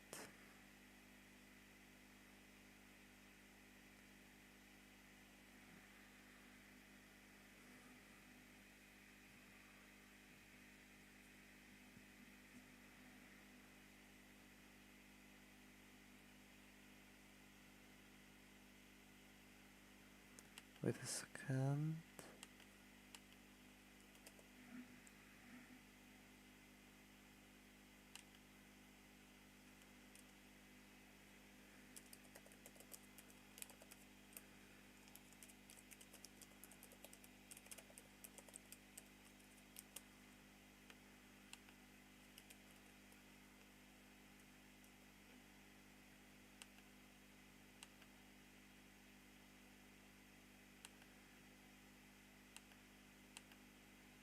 Alright, so I'll quickly go to my channel page. Since this is a Władysław the first stream, or at least commemorating the 323rd anniversary of his passing, so let's make it a bit more about the topic. We'll just take a minute water break and quickly finish off by reading this on my community page. For those interested, I sometimes post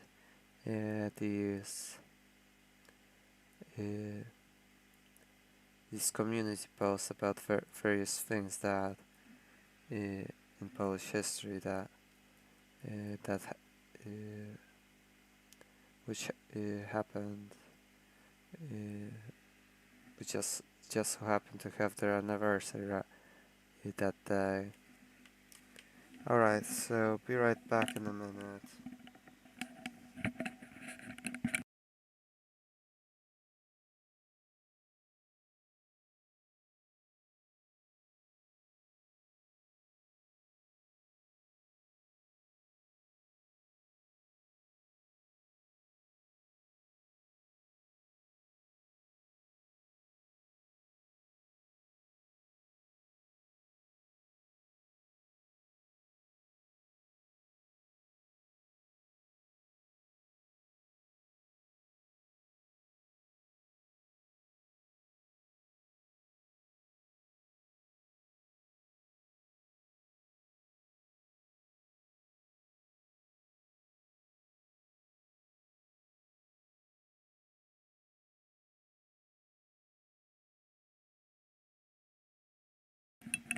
Alright, so I'm back.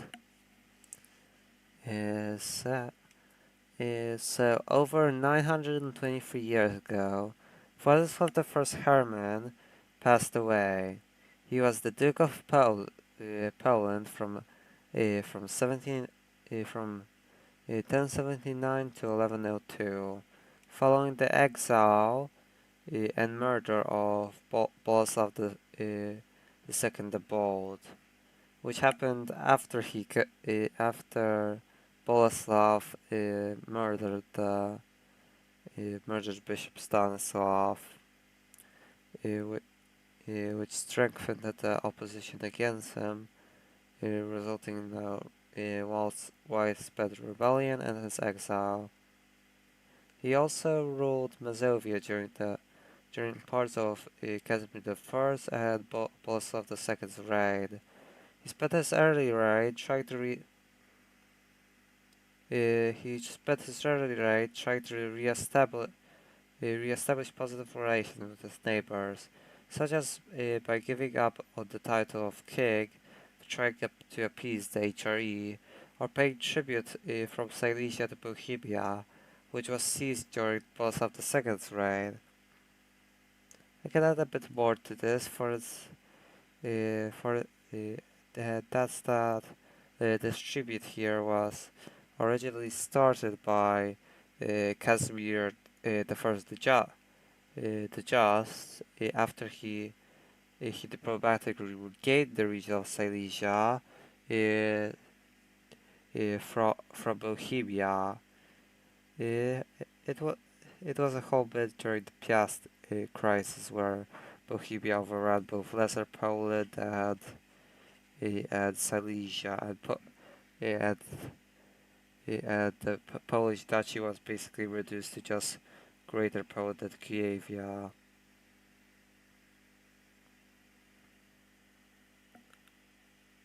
But luckily, Casimir III was able to retake control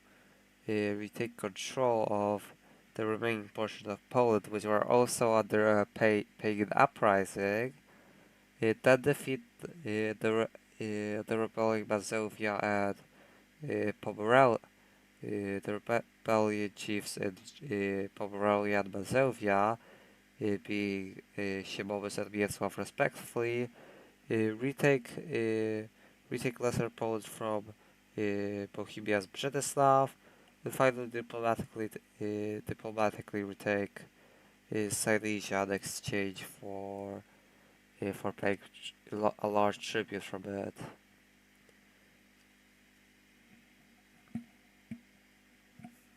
Wait, yeah, the audio seems to be alright. Just a second again, sorry.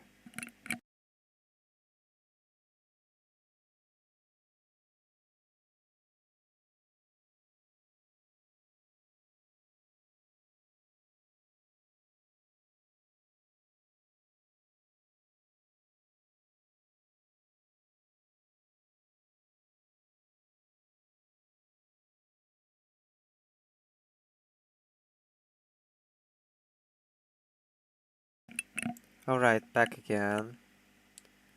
So...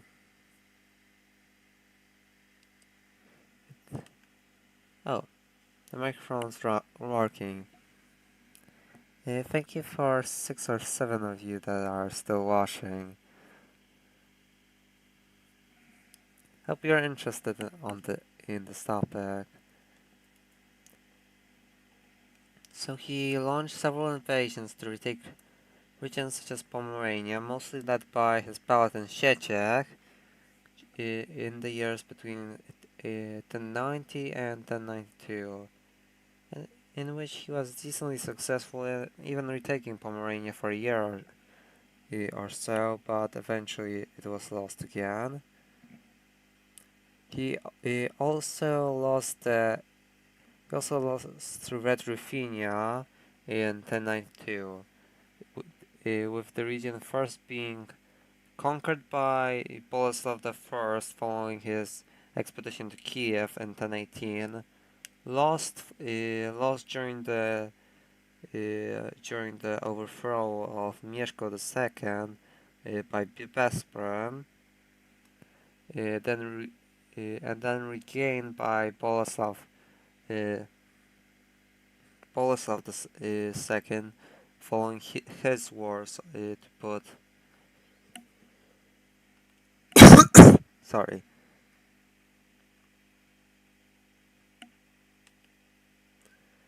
following his wars to put someone on the throne.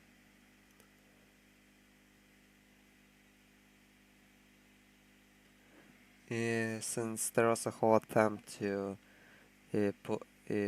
make the Kievan Rus Catholic at the time due to the recent 1054 split.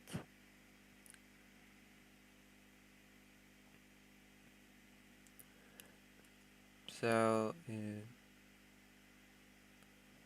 during his reign, he would often butt heads with the Polish nobles or even his own children. The first point of contention was over Zbigniew's legitimacy. Zbigniew was his eldest son, who was a bastard. Although not as definitely not as famous as William the Bastard, also known as the Conqueror. Eventually, the nobility pressured Władysław to legitimizing him. However, then he went back on his war. The civil war started, which actually he won. But still, he caved into the noble demands. Then another war then he turned on his war again. Another war started, which he lost. Had to give his sons their own domains in Greater Poland and Kiev for Zbigniew, and Silesia and Lesser Poland for Boleslav, who was his younger son.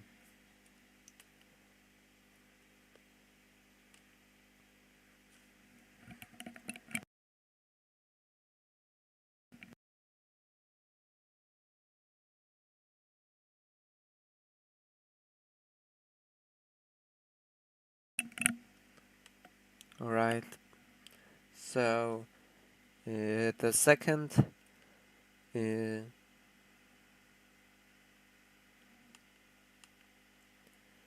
Władysław would often go back and forth on legitimizing Zbigniew.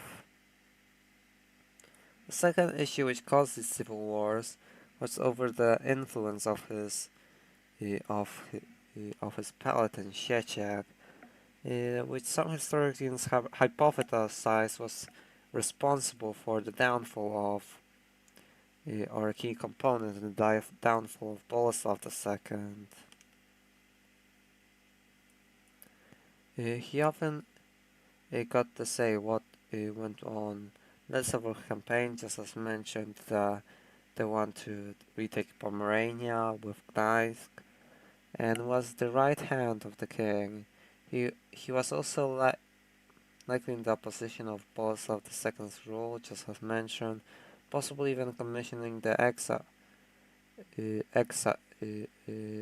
murder of the exiled king in 1081. Although this one's more a hypothesis. This eventually led to Władysław's sons, Boleslav IV and Zbigniew, taking up arms against Sieciek between the years 1093 and 1100, which and the total viewer count just spiked to 11, so thank you to everyone who's watching.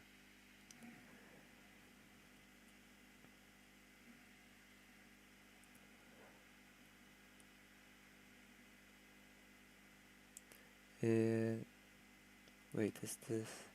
Right, I also forgot to mention here that Sieciek was also likely responsible for the poisoning of Mieszko Boleslawowicz, Mieszko son of Boleslav, Slav, in 1086, as far as I recall. Since originally he was put on the he originally a Hungarian-backed backed invasion to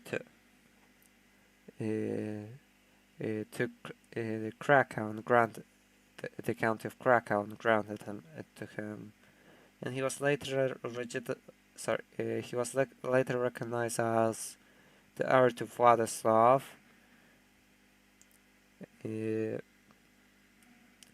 Even over his oh yeah, since he didn't have any sons at the moment, and ultimately, as mentioned, he was poisoned by Sieciech.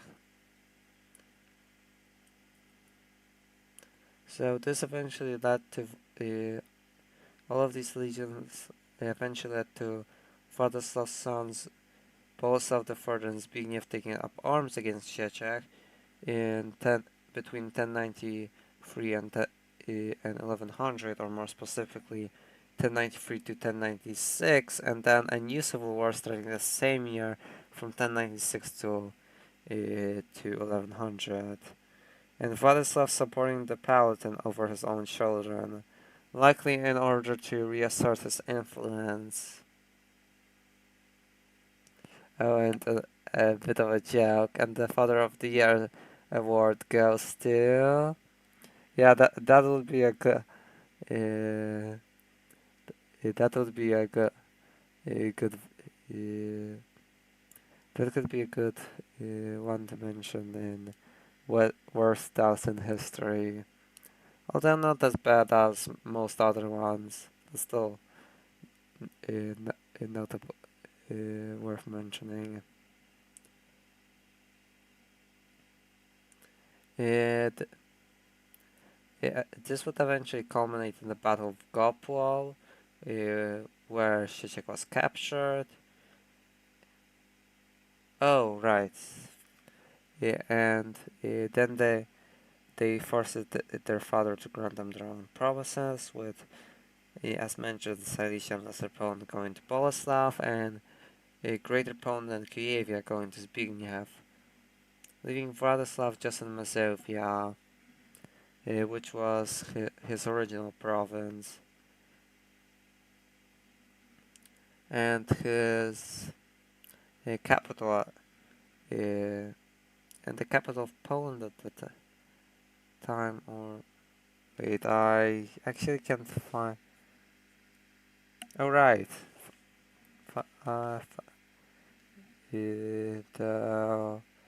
and his court resided in Płock, which was the capital of Mazovia at the time.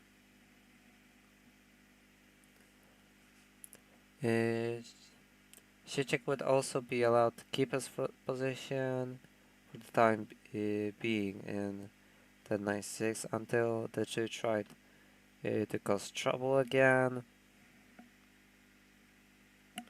once again losing and forcing Sieciech to flee to the countryside and dying soon out, and he would and likely dying soon after.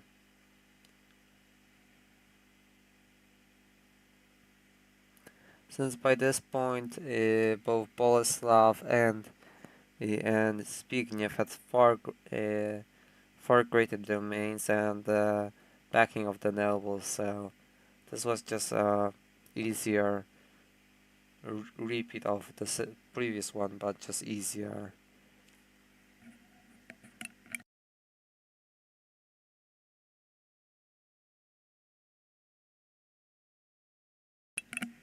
Alright. And Władysław would continue to rule for 2 years, since he would die in Płock on the 4th of June 1104, making this the 923rd anniversary. This year, the 923rd anniversary.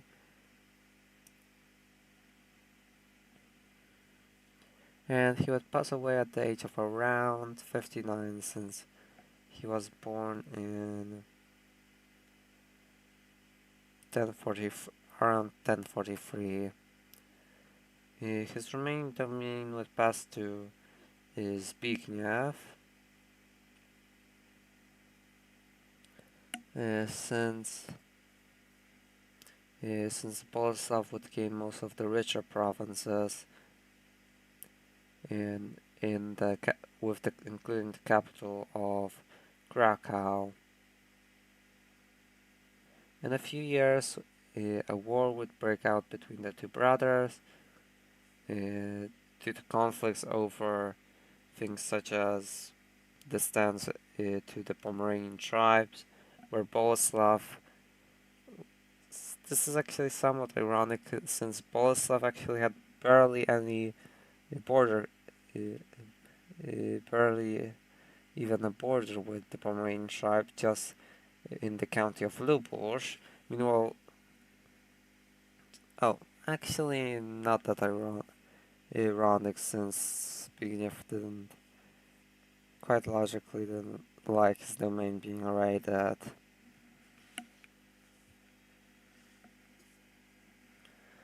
So conflict between the brothers started mostly over the Pomeranian issue, where Bolesław would often launch raids there, while Zbigniew would try to be on more friendlier terms with the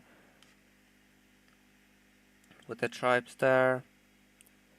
Ultimately, Zbigniew allowed a raid party to pass through his territory and allowed Boleslav, which further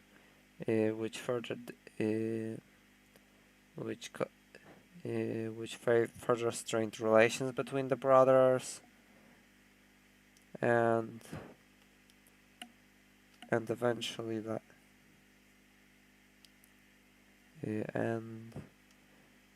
led to Boleslav overthrowing him. But soon the cycle would repeat, since following Boleslav's death the country would be destroyed. There would be another civil war which almost reunified the country, but this time unfortunately failed, leading to the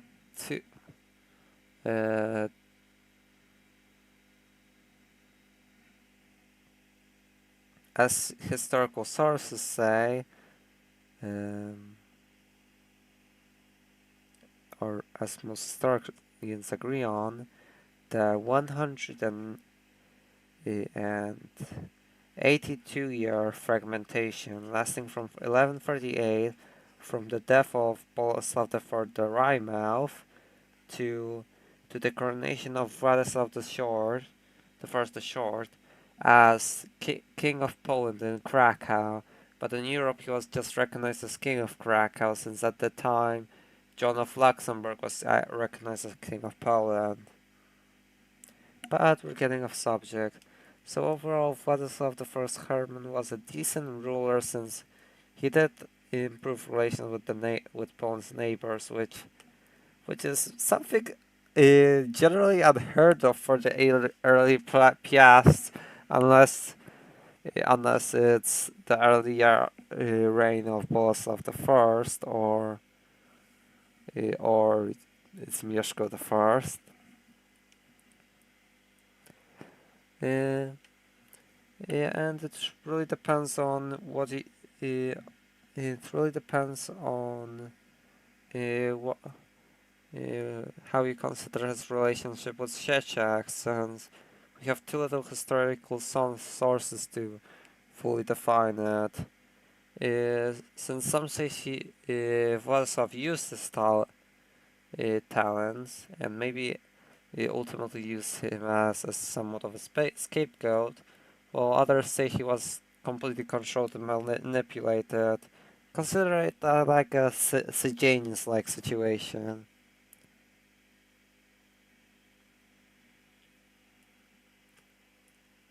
And I'll quickly go a bit down here to my tier list.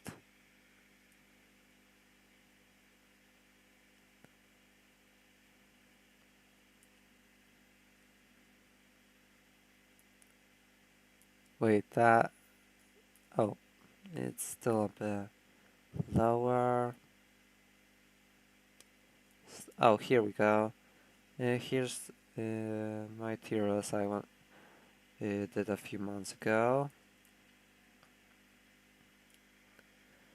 So here we have. Let's see.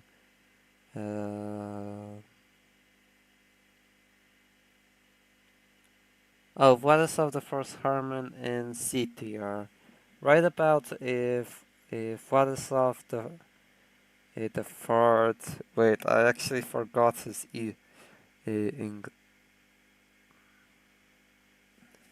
English epithet.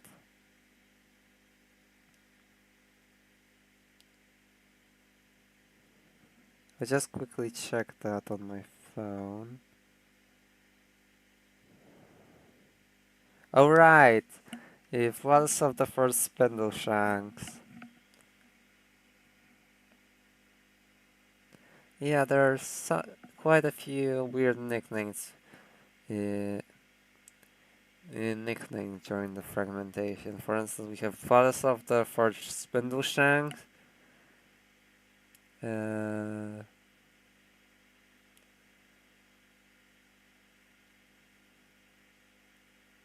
Mieszko.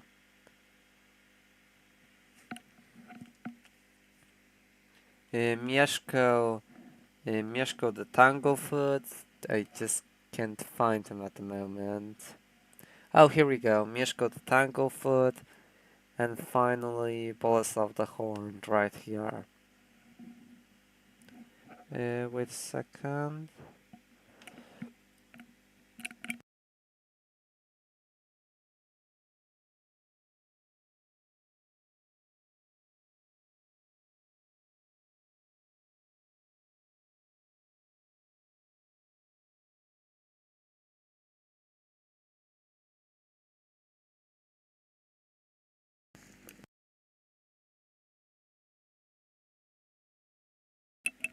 Alright, I'm back. Sorry about all the breaks. And alright, back to Władysław. As you see here, I put him in below Mieszko the first Tanglefoot, which is probably a bit low for him. I probably consider to put him above, at least put switch their spots at this point, but C tiers are generally the best spot for him.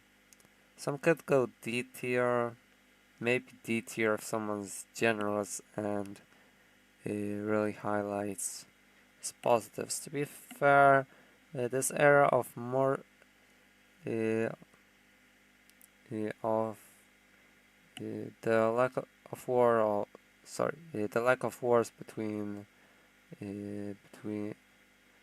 between Poland and its neighbors possibly contributed to allowing Poland to wage many wars under Bolesław III. Wait a second.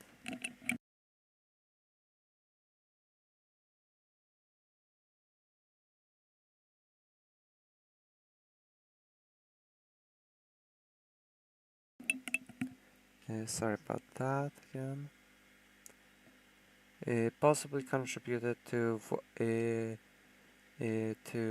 allowing Bolesław III to wage many wars, such as against the Pomeranians, ultimately conquering them, against Germany, winning one even, and having the advantage for a while.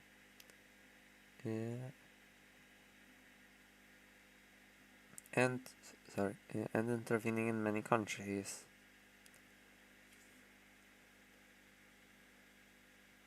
Alright, so I think that's that.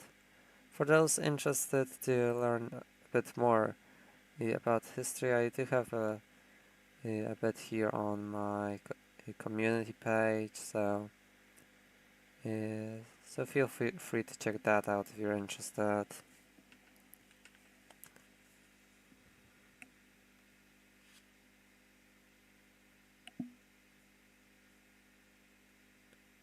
Alright, so this has been the 24th. Wait, before I do that, thank you to everyone who tuned into the stream and watched till the end. Everyone who liked, although I don't think it's showing up properly at the moment, and everyone who wrote in chat. This has been the and thank you for thank you for you all being so understanding of the breaks since no one complained. I still have a bit of a cold, so yeah, that's that.